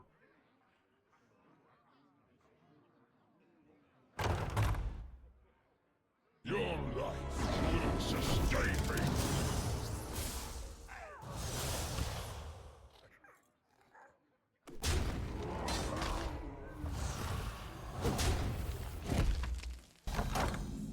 I don't know, it's just, I mean, the world is just, wait, bro.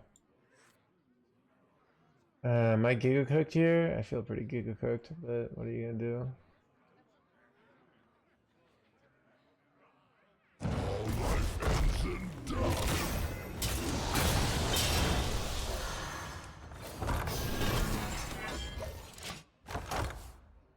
I mean, it just like How is it even possible? I mean, it's just very, very clearly plus EV for me to be in good shape. Even I noticed when I lost a bunch of weight post GM. So after I quit like a GM, or not, like the GM ended, and then I like dieted and lost like 40 pounds. My viewership went up like 200 viewers. The reality is, dudes want to watch a good-looking dude. It is what it is. So,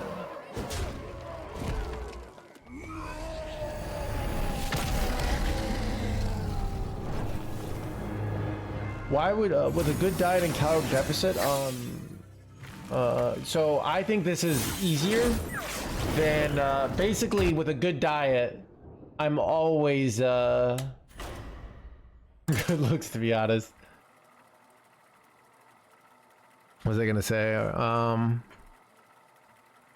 mean, this is easier for me than basically when you're on a diet. I find I have to be completely perfect because the moment I have like one break, it ruins the whole diet. That's for me. You break one day, you have one day where you're a little off. it ruins everything. So you have to be perfectly perfect. I can just so easily overeat, where with fasting it gives me a little more flexibility. So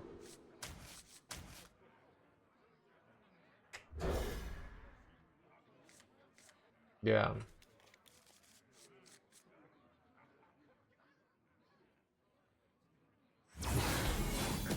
I didn't wait. I'm 196 right now, and I'm 6'3".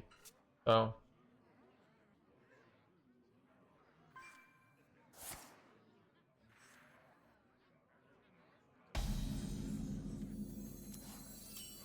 Ooh.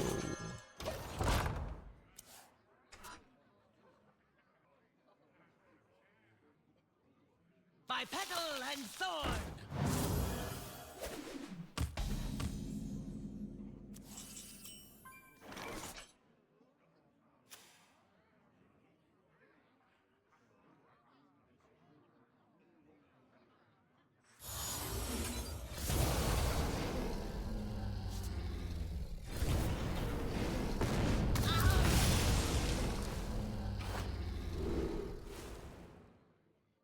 Wait, this is good because the worst thing I could do is top deck my stuff, right? So let's just take the top deck.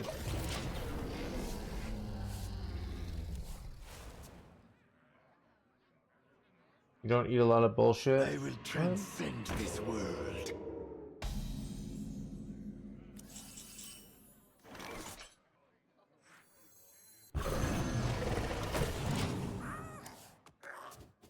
I don't know.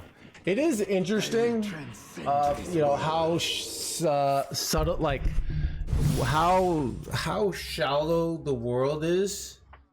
So I'd rather people like, you know, say, "Oh, the world's shallow," act accordingly, instead of like the world pretending that they're not shallow. Like, oh, you know, I don't care about that. But people don't care about that. People do care about that. It is what it is. Especially I'm in entertainment, you know. At my old job, I worked in Excel. You know? I mean, it's be yourself while trying to look good, you know? I don't know. So it is what it is. Follow the flutterwings.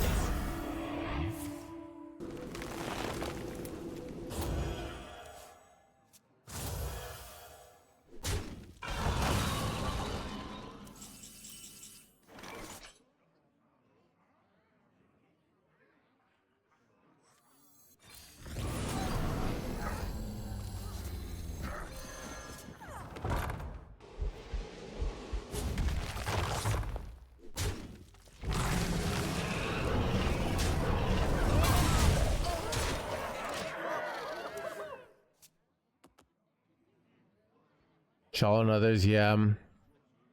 Is a testament of character.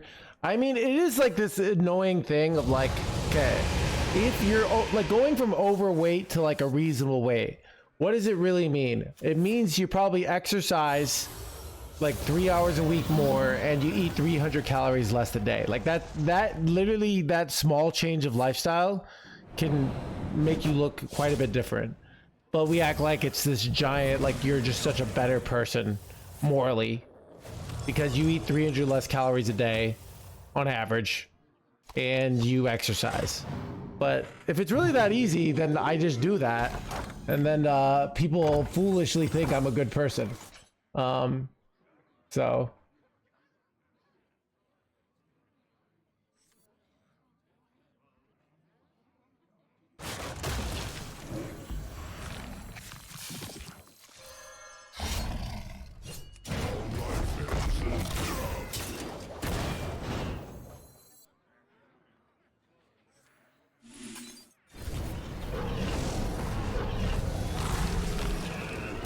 over extended period, yeah. So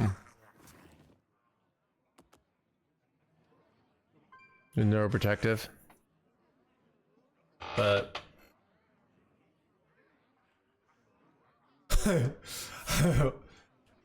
more calories than you. I don't know. It is I do find it annoying, but it's just like, it's one of those things that I don't know. I feel like I didn't care about that stuff growing up, and like my mom would try to get me to care about that stuff. And I've kind of just seen. Wait, are they going Deathwing? Is he going Deathwing here?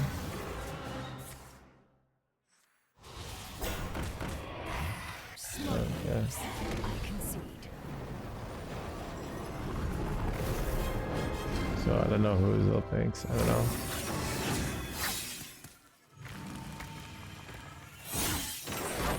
Everyone's having. Yeah, I mean it's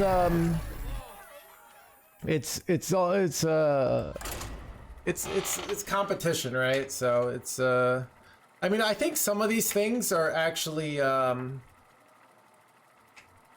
so I'll like ignore the health benefits of some of the stuff.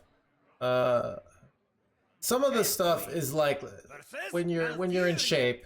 It's like I'm so on top of my life that I can like have spend all this time on all these habits to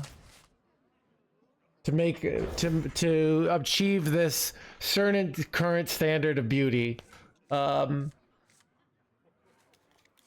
Look how much look how much spare like time I have, you know? Look how much spare energy I have that I can do these things that are often not important, you know?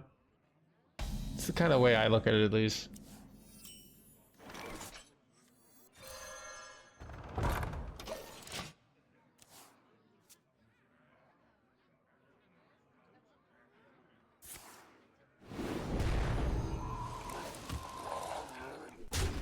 You want like ketosis? I don't know. I mean, you get like some ketosis-like feels, I think, as you get farther down your fast.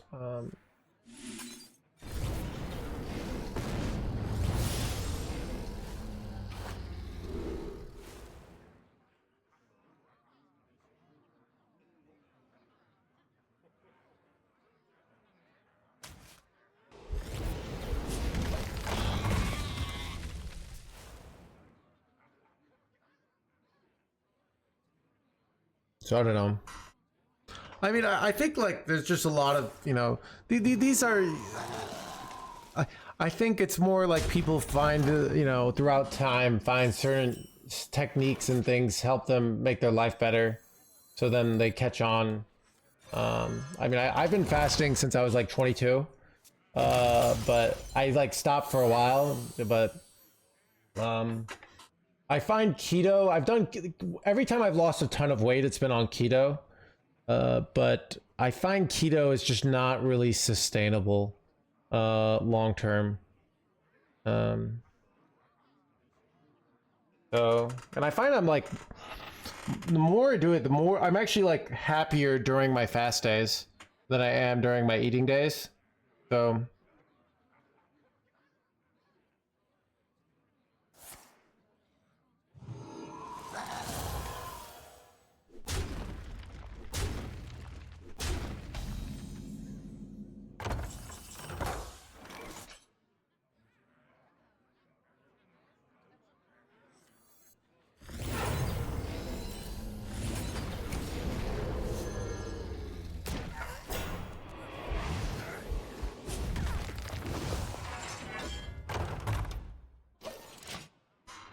I mean,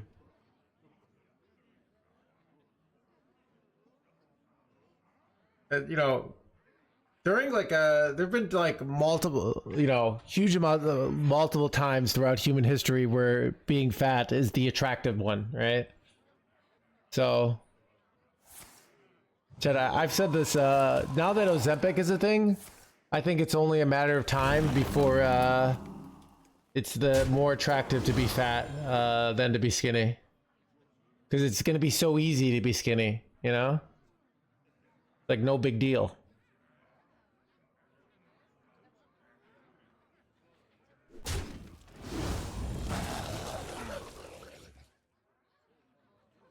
Especially like as big, look at Ozempic becomes available and McDonald's is becoming more expensive, all right? Time waits for no one. Takes that occasion.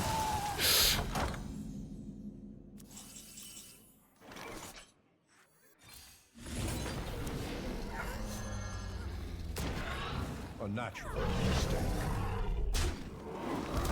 Chad, I do think about, like, if I was born... No, I kind of think I just go face here. Fall silent! I kind of think about if I was born at a different time with my disabilities, I would have just died. But now I get to be a famous online card player, you know?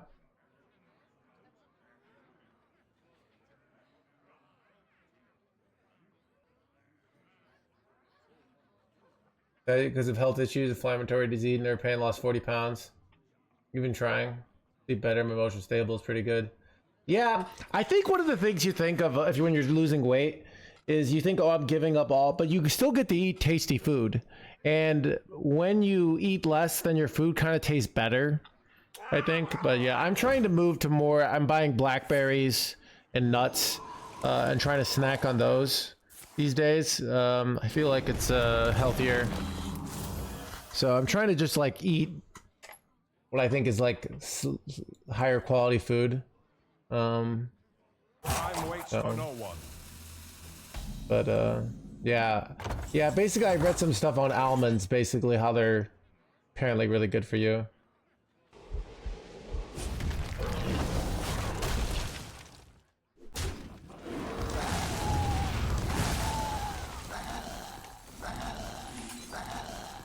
Did I miss lethal here? I might have.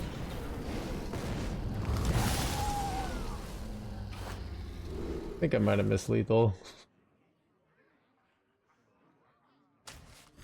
This says charge.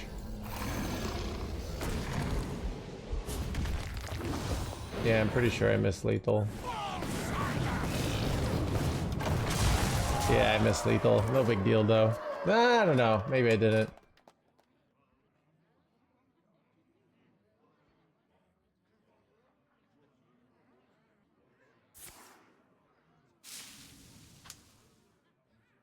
$7 foot. Really expensive, yeah.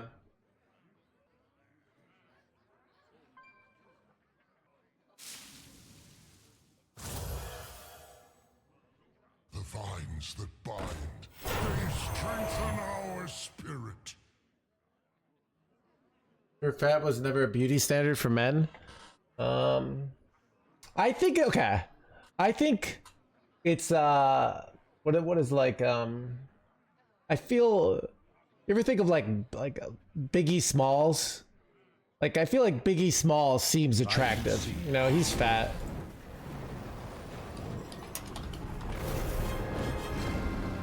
Like it's something about his vibe, you know? Well, like I feel like if you're a fat guy, it's gotta be like going with your vibe, you know what I mean?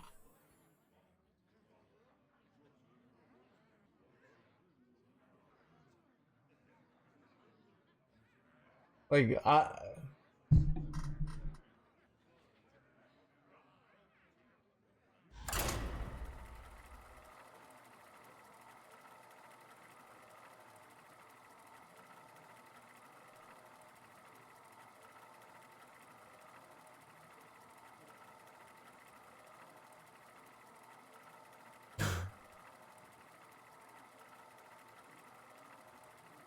rich and famous rapper.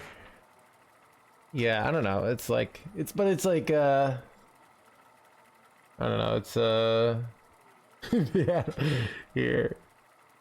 Hit me.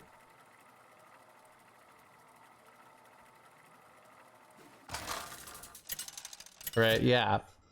But Versus yeah. Force fights back. At last, Azeroth will break. Yeah, so I don't know.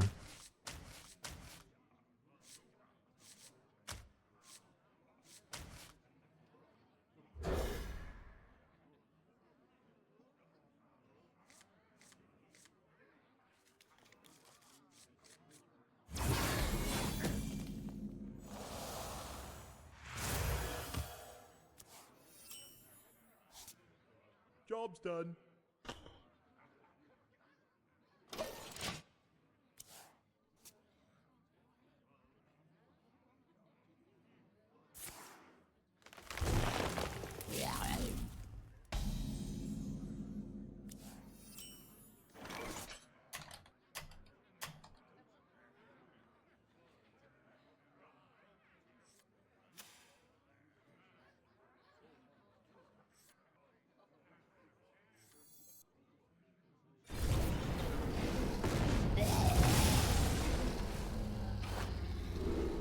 I guess you take Cassandra here.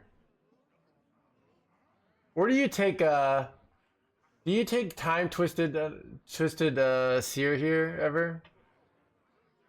Like, we don't have the one cell in hand. This Cassandra I can play if yeah, I think I take Cassandra. Makes sense here. Keep more. Must have slept in. I don't know.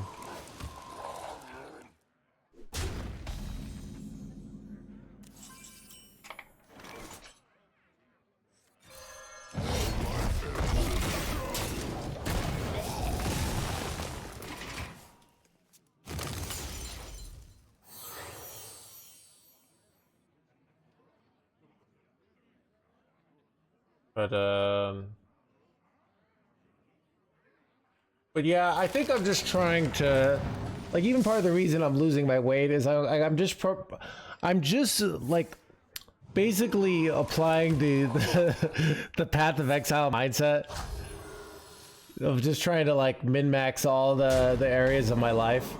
So it's like, it's kind of a thing of like, why not try to increase my stats, you know?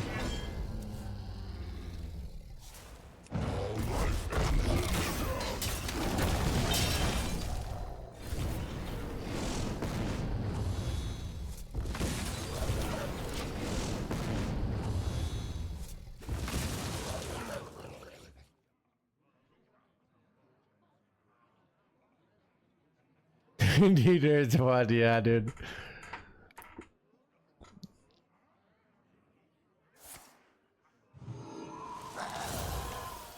You know what's weird? I feel like I have the opposite. So like the influencers are all about like spending massive amounts of effort to get like slightly better looking. Where I have the like you know, if you play these games, it's like if you just do all the major things like, I don't know, brushing your teeth and like washing your face and, you know, taking putting on sunscreen, going to the gym. You don't really need to do much, you know, wiping your butt. You don't need to have like some crazy this. You just do the basics.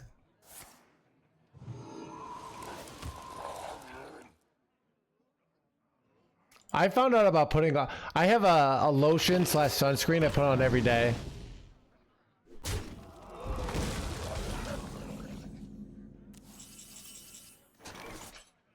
Nice. Well, I win.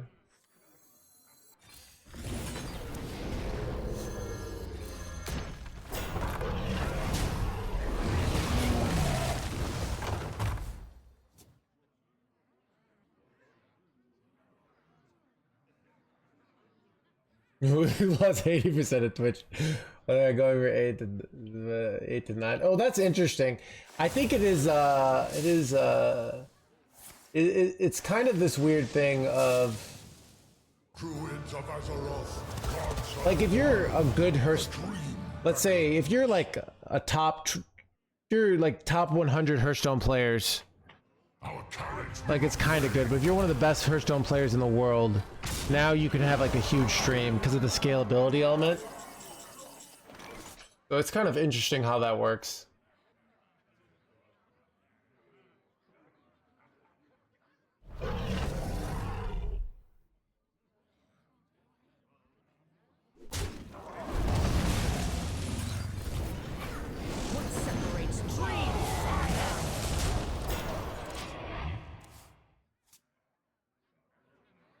Top 100, the best in the world. So my ladder record for last year, where I was trying, was I was the 3rd best ladder player in North America for 2025. Now you add in Europeans, it goes way down. But was the 3rd best. So, right. And I did it while being sniped constantly. So that's pretty impressive, if you ask me.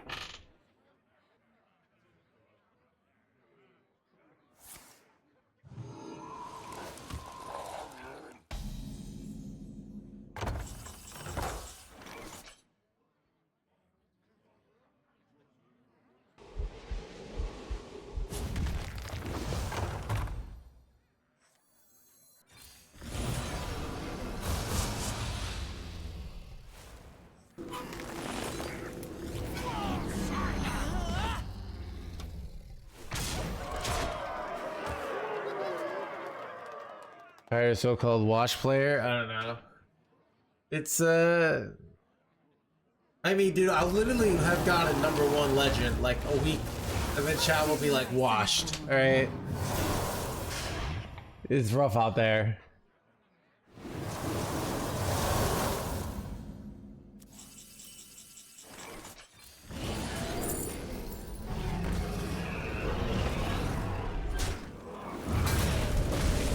This one displeases me.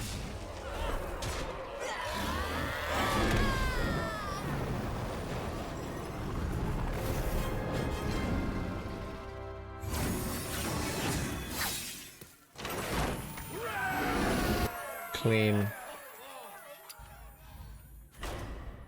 Chad, I feel like I could get a finish on this deck. I feel like actually it's going to get easier the higher ranks I go because I'm going to be playing against more and more druids, you know?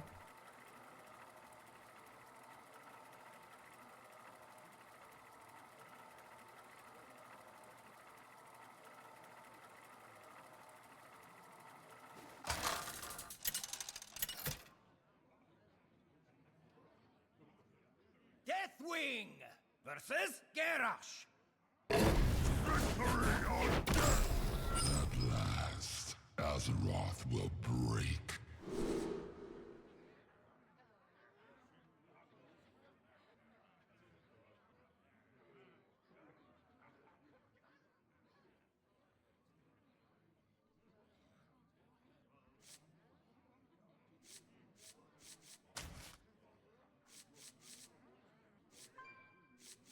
We full keep here.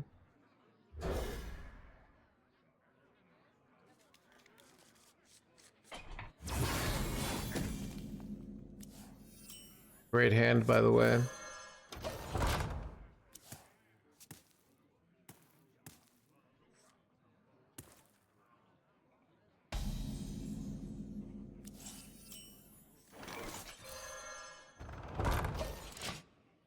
Is Quest bad for this deck? Yes, Quest is bad for this deck.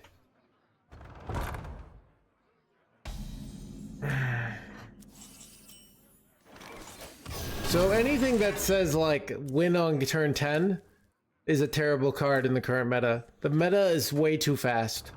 So hope that helped.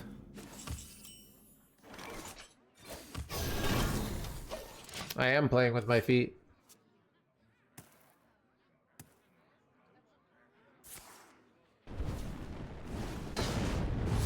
You wouldn't play the quest to win the mirror? If I could play a card, a tech card that makes me worse in every matchup and makes the deck slightly more playable potentially in some fringe scenarios in the mirror, because most of the time in the mirror you don't actually win with value. You win by just tempoing. There would be a few times where you'd win, so there's a case for it. So...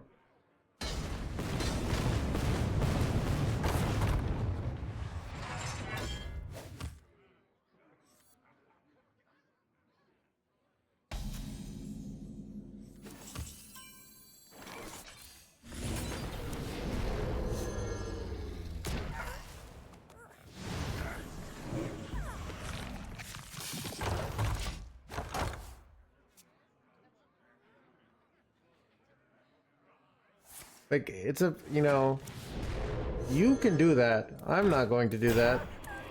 But you can do that if you want. Nice play by them here.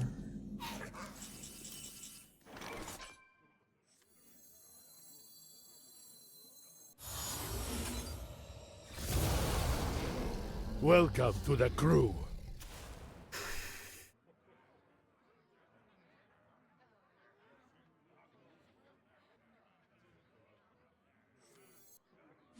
Where do I get like a poison minion here or something? I don't know.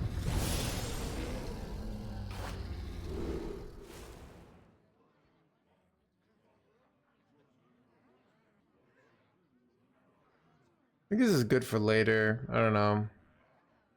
I think I play it now though.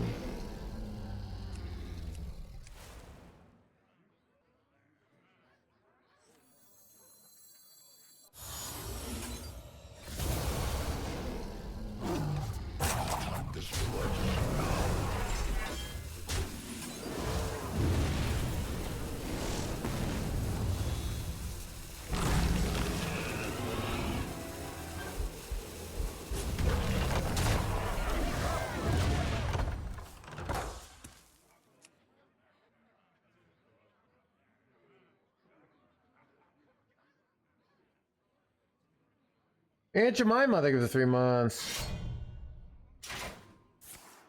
So I think so the way the game is in this current meta is very different from the way it was.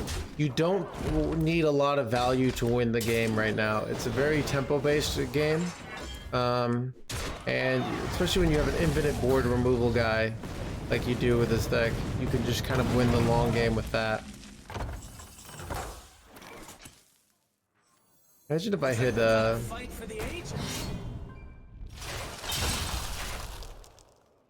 No, we are going to rewind. I'm not going to give you... That's the card I wanted. Looks like we've got a fight for the ages.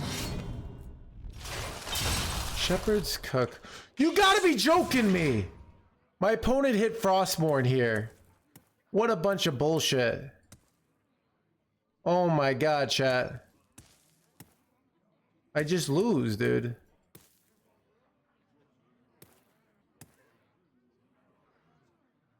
I don't even know what to do here.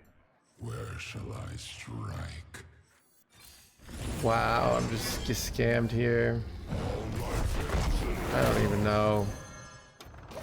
It's so bad, dude.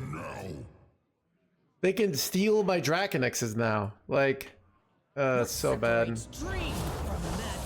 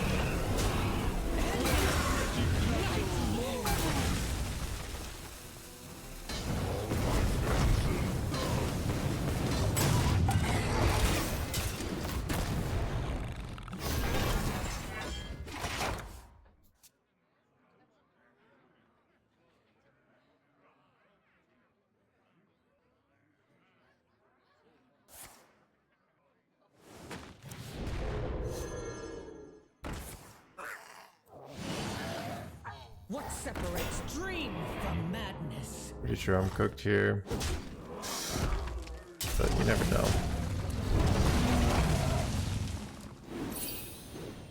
I cannot.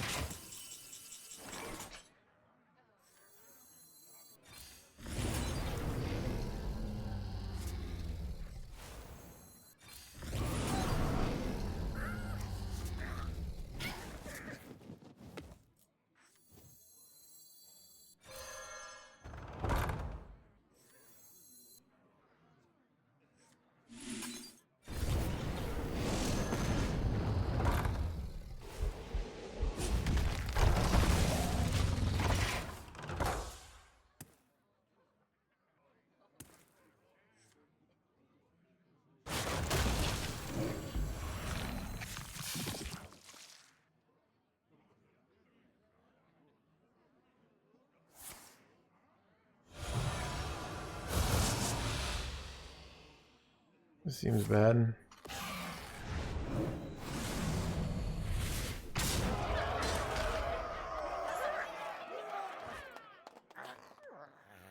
Maybe it's not.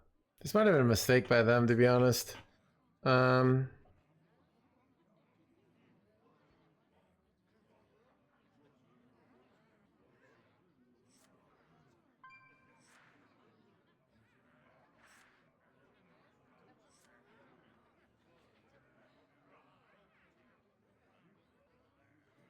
I must choose.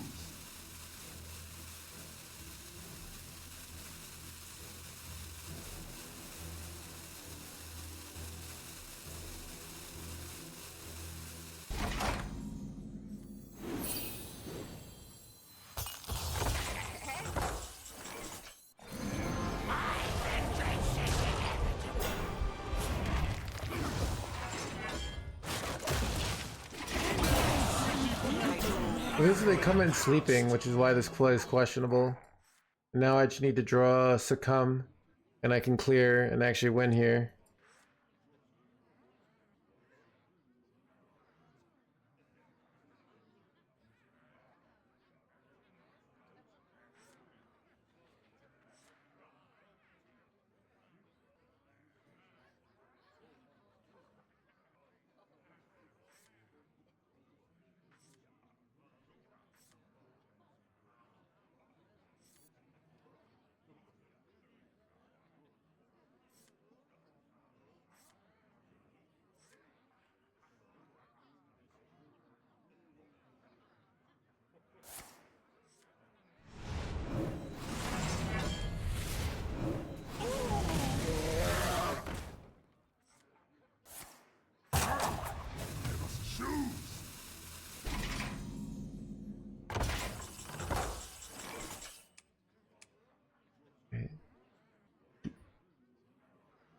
Am I winning here ever? I feel like Saladrisol's really good here.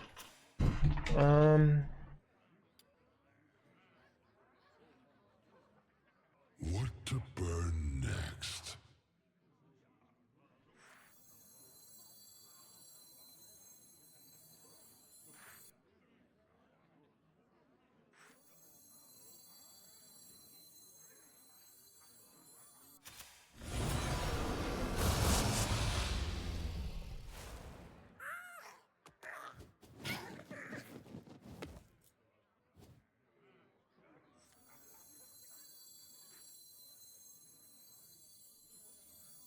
Time to strike is now. This is no dream.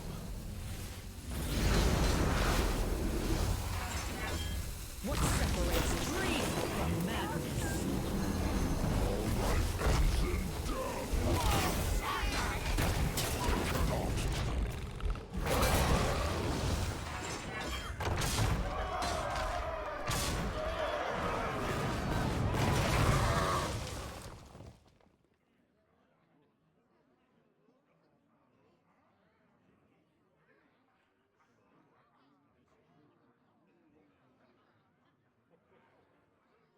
Not better to dream the egg? No. The egg then is a 1 mana draw Yasandra, but this is now a 7 mana Yasandra. Huge difference, right?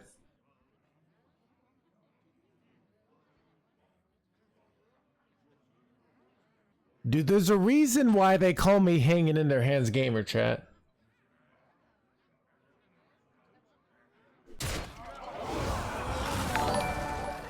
Theo, thank you for the raid. Welcome, buddy. I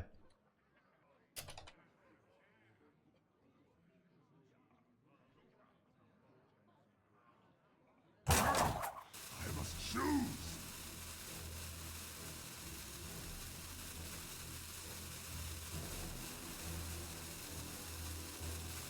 Thanks, dear.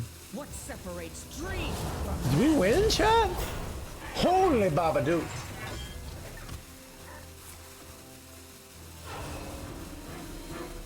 Is there trouble? Dude! Okay. They could high roll a taunt off of this, right?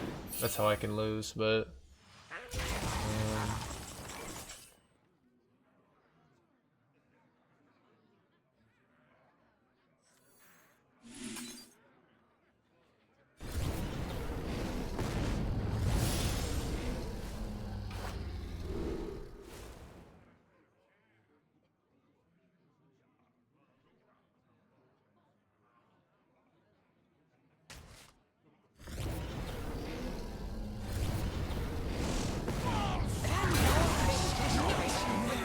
Got him. Haha! Nice Frostborn you got there. be a shame. The censoring. Theo, I heard that you will take subs to remove the censoring for the day. I still don't think I like it. It's too much.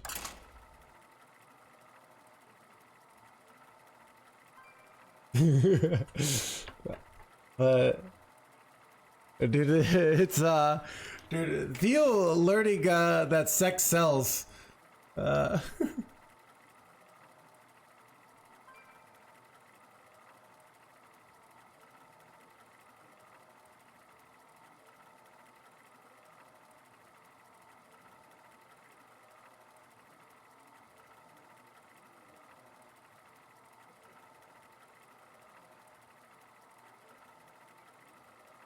Priest also sells. Play it, dude. I played it one day. I went 3 and 7. I was like, I'm done. I can't do it. I really enjoyed this warrior. I think I might. I'm going for the finish. Where we've climbed so much, and I keep getting better at the deck too. So, I think. You know, I got like 6 more days to get it finished. Didn't even know I want. Ooh, we're up against John Bray.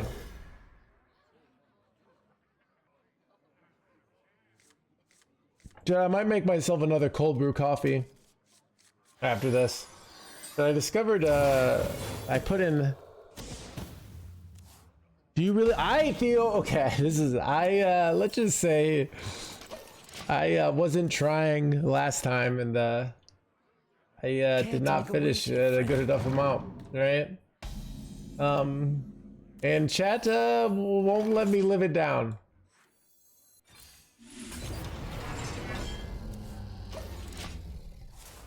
Make your own iced coffee. I will transcend this world. I will transcend this blah blah blah. Hello, Maxie. Ooh, nice topic.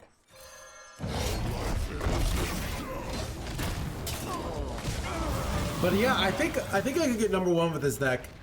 The reason why is if I get to the top 20, it's gonna be all druids, and I have a 65% win rate against druid, and really, like, the higher I get, the easier the meta gets for me. So, how do you make your own cold brew? I put in a cold brew thing. No need for rank 1. Are you rank 1? I don't know. Okay. I don't want to get rank 1. Look, I don't really take competitive seriously right now. Literally, what gets me up in the morning, like every day, is like there's haters out there hating on me. And it's hard to hate on me when I'm rank 1 legend, alright?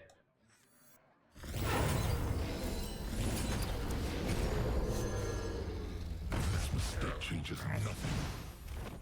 Incredible. Chat, the haters, I'm gonna show them.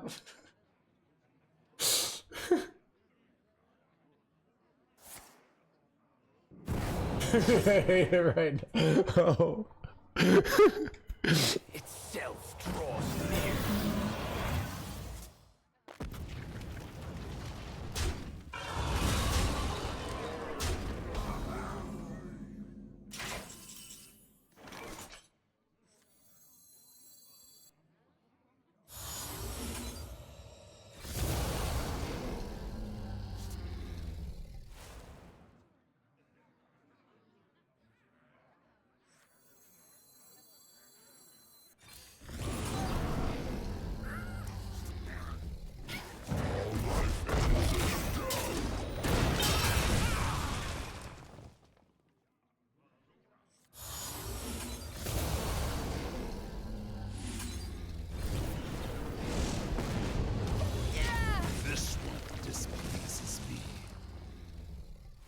What is the win condition?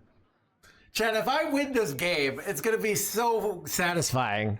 Because all the haters are like, oh, the streamer low rolled. Guess we might as well go next. Okay, this is pretty bad. This is pretty bad, actually. Oh, God. Oh, my God, Chad. What do I do here? What exactly do you do here?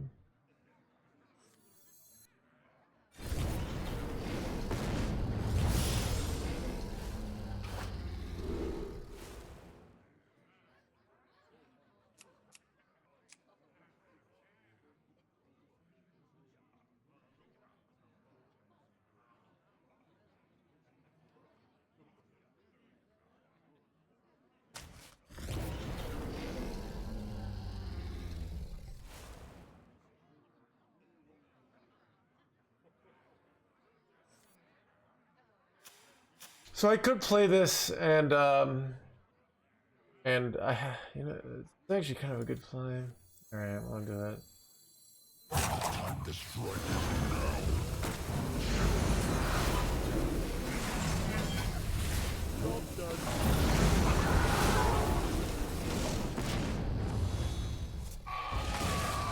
now. Alright, we just need to draw Draken. I mean, if we draw a second Gladiator, pull out Draconix, this is winnable.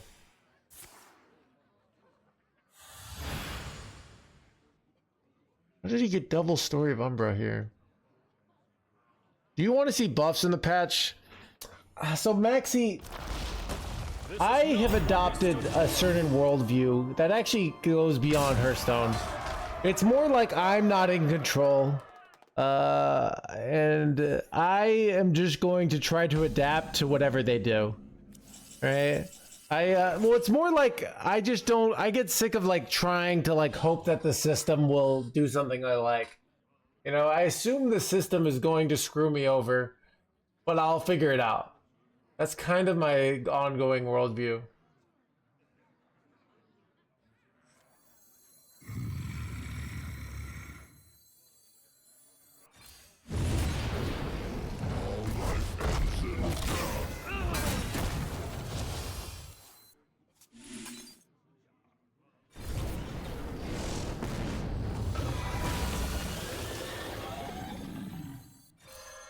Need this to go down to 1 life.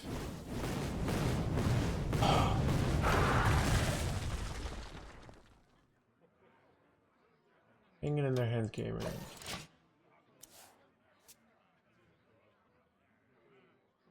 No, it's more just like, so I know when I was in the competitive scene, my attempts to barter with Blizzard about, oh, don't do nerfs 3 days before, don't nerf the deck that I like, that I've worked on it. They would do so much to screw me over, and like me hating on it. I was so anti just the constant nerfs. I would invest in a lineup, Blizzard would nerf it 3 days, and people would say, oh, this will show as good. It's like, no, I put all this time into working on this lineup, and they made all my work completely useless. Because and I would feel so much like pain, and now I've just accepted, like, I can't, I'm too small. I can do a tweet, and I could do something like, I could do another person being like, I can't believe the devs did this.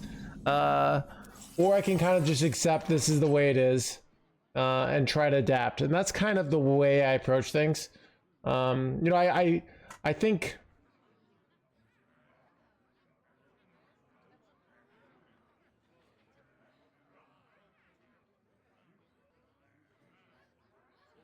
What to burn next?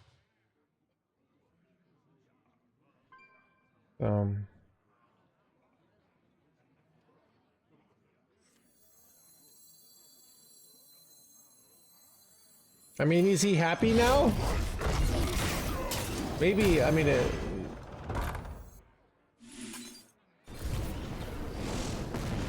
need this to full clear. Holy crap, chap. I don't know, sounds beta. Okay, I didn't. I don't know. I mean, it's, I mean, there are people... Death itself draws near. That, what was I gonna say? I mean, it just kind of like, I get... It just seems like such an act of futility to constantly be like, oh, the devs could do this. Like, I can, you know, where I can like actually change things is like in my own stream. That's the spot where I can actually make a difference and actually do things. But like just always sort of agonizing over, you know, the system. I just don't have the... It also just creates this feeling of powerlessness inside you. So I just don't like it. I'm dead. What to burn next? And... This I almost, if we had top deck Draconix, we could have won there. So it's more like I will adapt to what this, and I will try to advocate, you know, points of view. Even like I've influenced the community to be. I was one of the first people that wasn't like nerf everything, because the community was so nerf everything, and that's like what I can do. I can do this, but like. Even like the absolute like precision of like they should do this card, they should do that card. I generally have more, you know, a point of view on like what do I think the higher and I think they've actually improved on like even the fact that I actually don't mind that they're waiting till April 2nd to do nerfs. Like I don't like even like nerfs right before the end of the month. I feel like they just Blizzard committing to a meta, like this is a druid meta, so I mean I mean I can complain. I have a deck also I like, you know, so I found a deck, so Choit Hills to die on. Yeah, I mean even like the last thing I criticized Blizzard on, you know, I think there are people in the community that like literally every decision is a Blizzard greed problem. You know, it's like they charge $45 for a signature card that you don't have to buy, and they'll be like, "Oh, this is a huge problem," right? And it's like it's not a big deal, right? I mean, even part of the joke on why we joke on runestones is like I don't think runestones were a big deal. Like it's one of those like, all right, like you could be this perfectionist of like expecting an impossible standard that no corporation will ever live up to. But like, what was the thing that when they put out Corridor Sleeper, that was a big deal because that card was a early access. It creates if that was now Corridor Sleeper was a bad card. But if everyone bought it because of that, it creates an incentive for them to print OP cards that they then nerf later, and create this system where you have to pay to temporarily get a power advantage, which is a really bad this, and I criticize them, Tice criticized them. People that normally don't like jump on the Blizzard this. So I would rather criticize Blizzard on the things where they really kind of screw up, in my opinion, then go after them on everything.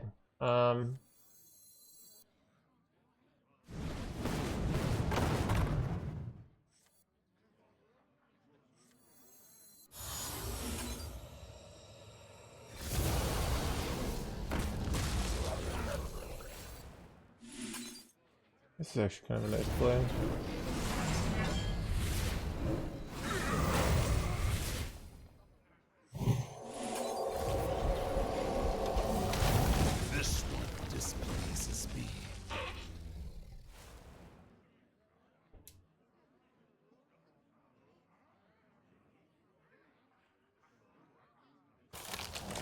Yeah, I also just don't like, you know, there were times where they were jumping on. I think there was like a nerf, like a balance change that they did like 3 days in, and it wasn't even a good balance change, and they could have just waited. So I'm generally okay with Blizzard's overall nerfing philosophy right now, and that means, but like, there's no philosophy that's going to be perfect. So.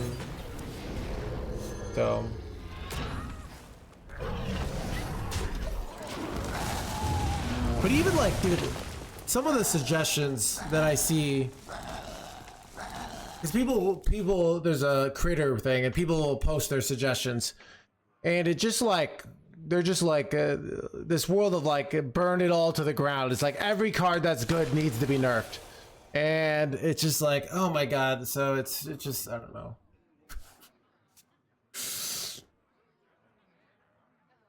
Like, and every card, you know, every like good card is looked at like as some like moral failure. Like we gotta take down these good cards. They're gonna rule the world.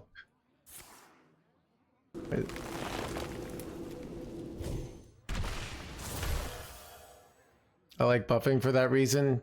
Yeah, But the problem with buffing, Maxi, is if they buff a card to actually being good, then people will be like, what was Blizzard thinking? Making Luna's Pocket Galaxy playable.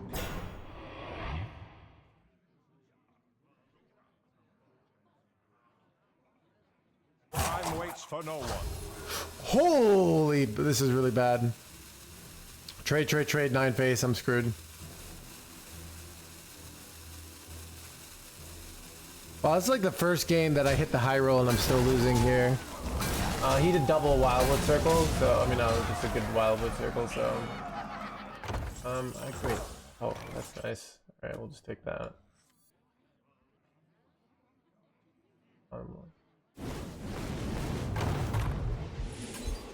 Wait, never mind. I'm dumb, chat. I forgot I have Tortolin in hand here. This one displeases me. I can kill this 4/4 here, 2/2 here. No, I cannot.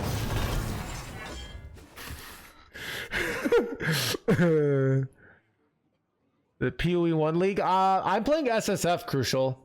I was playing the regular one, and I had already made 60 divines just flipping, and I was like only level 84.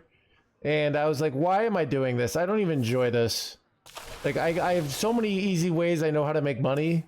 And so I'm playing SSF, and I'm having a great time.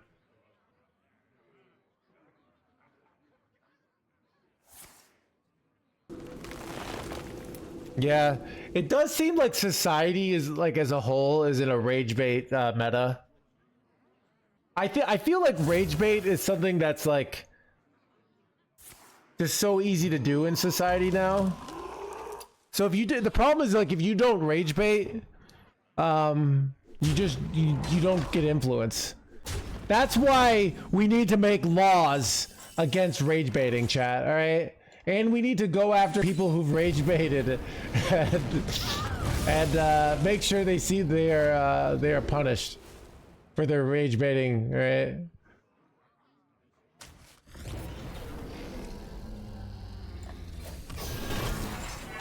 Done.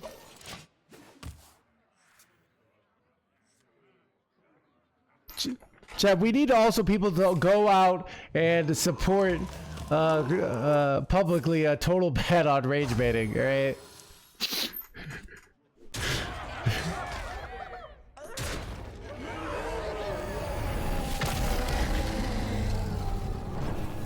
You know what I think? Maybe we'll just have a fine on rage baiting, right? It will be like the really rich people could rage bait,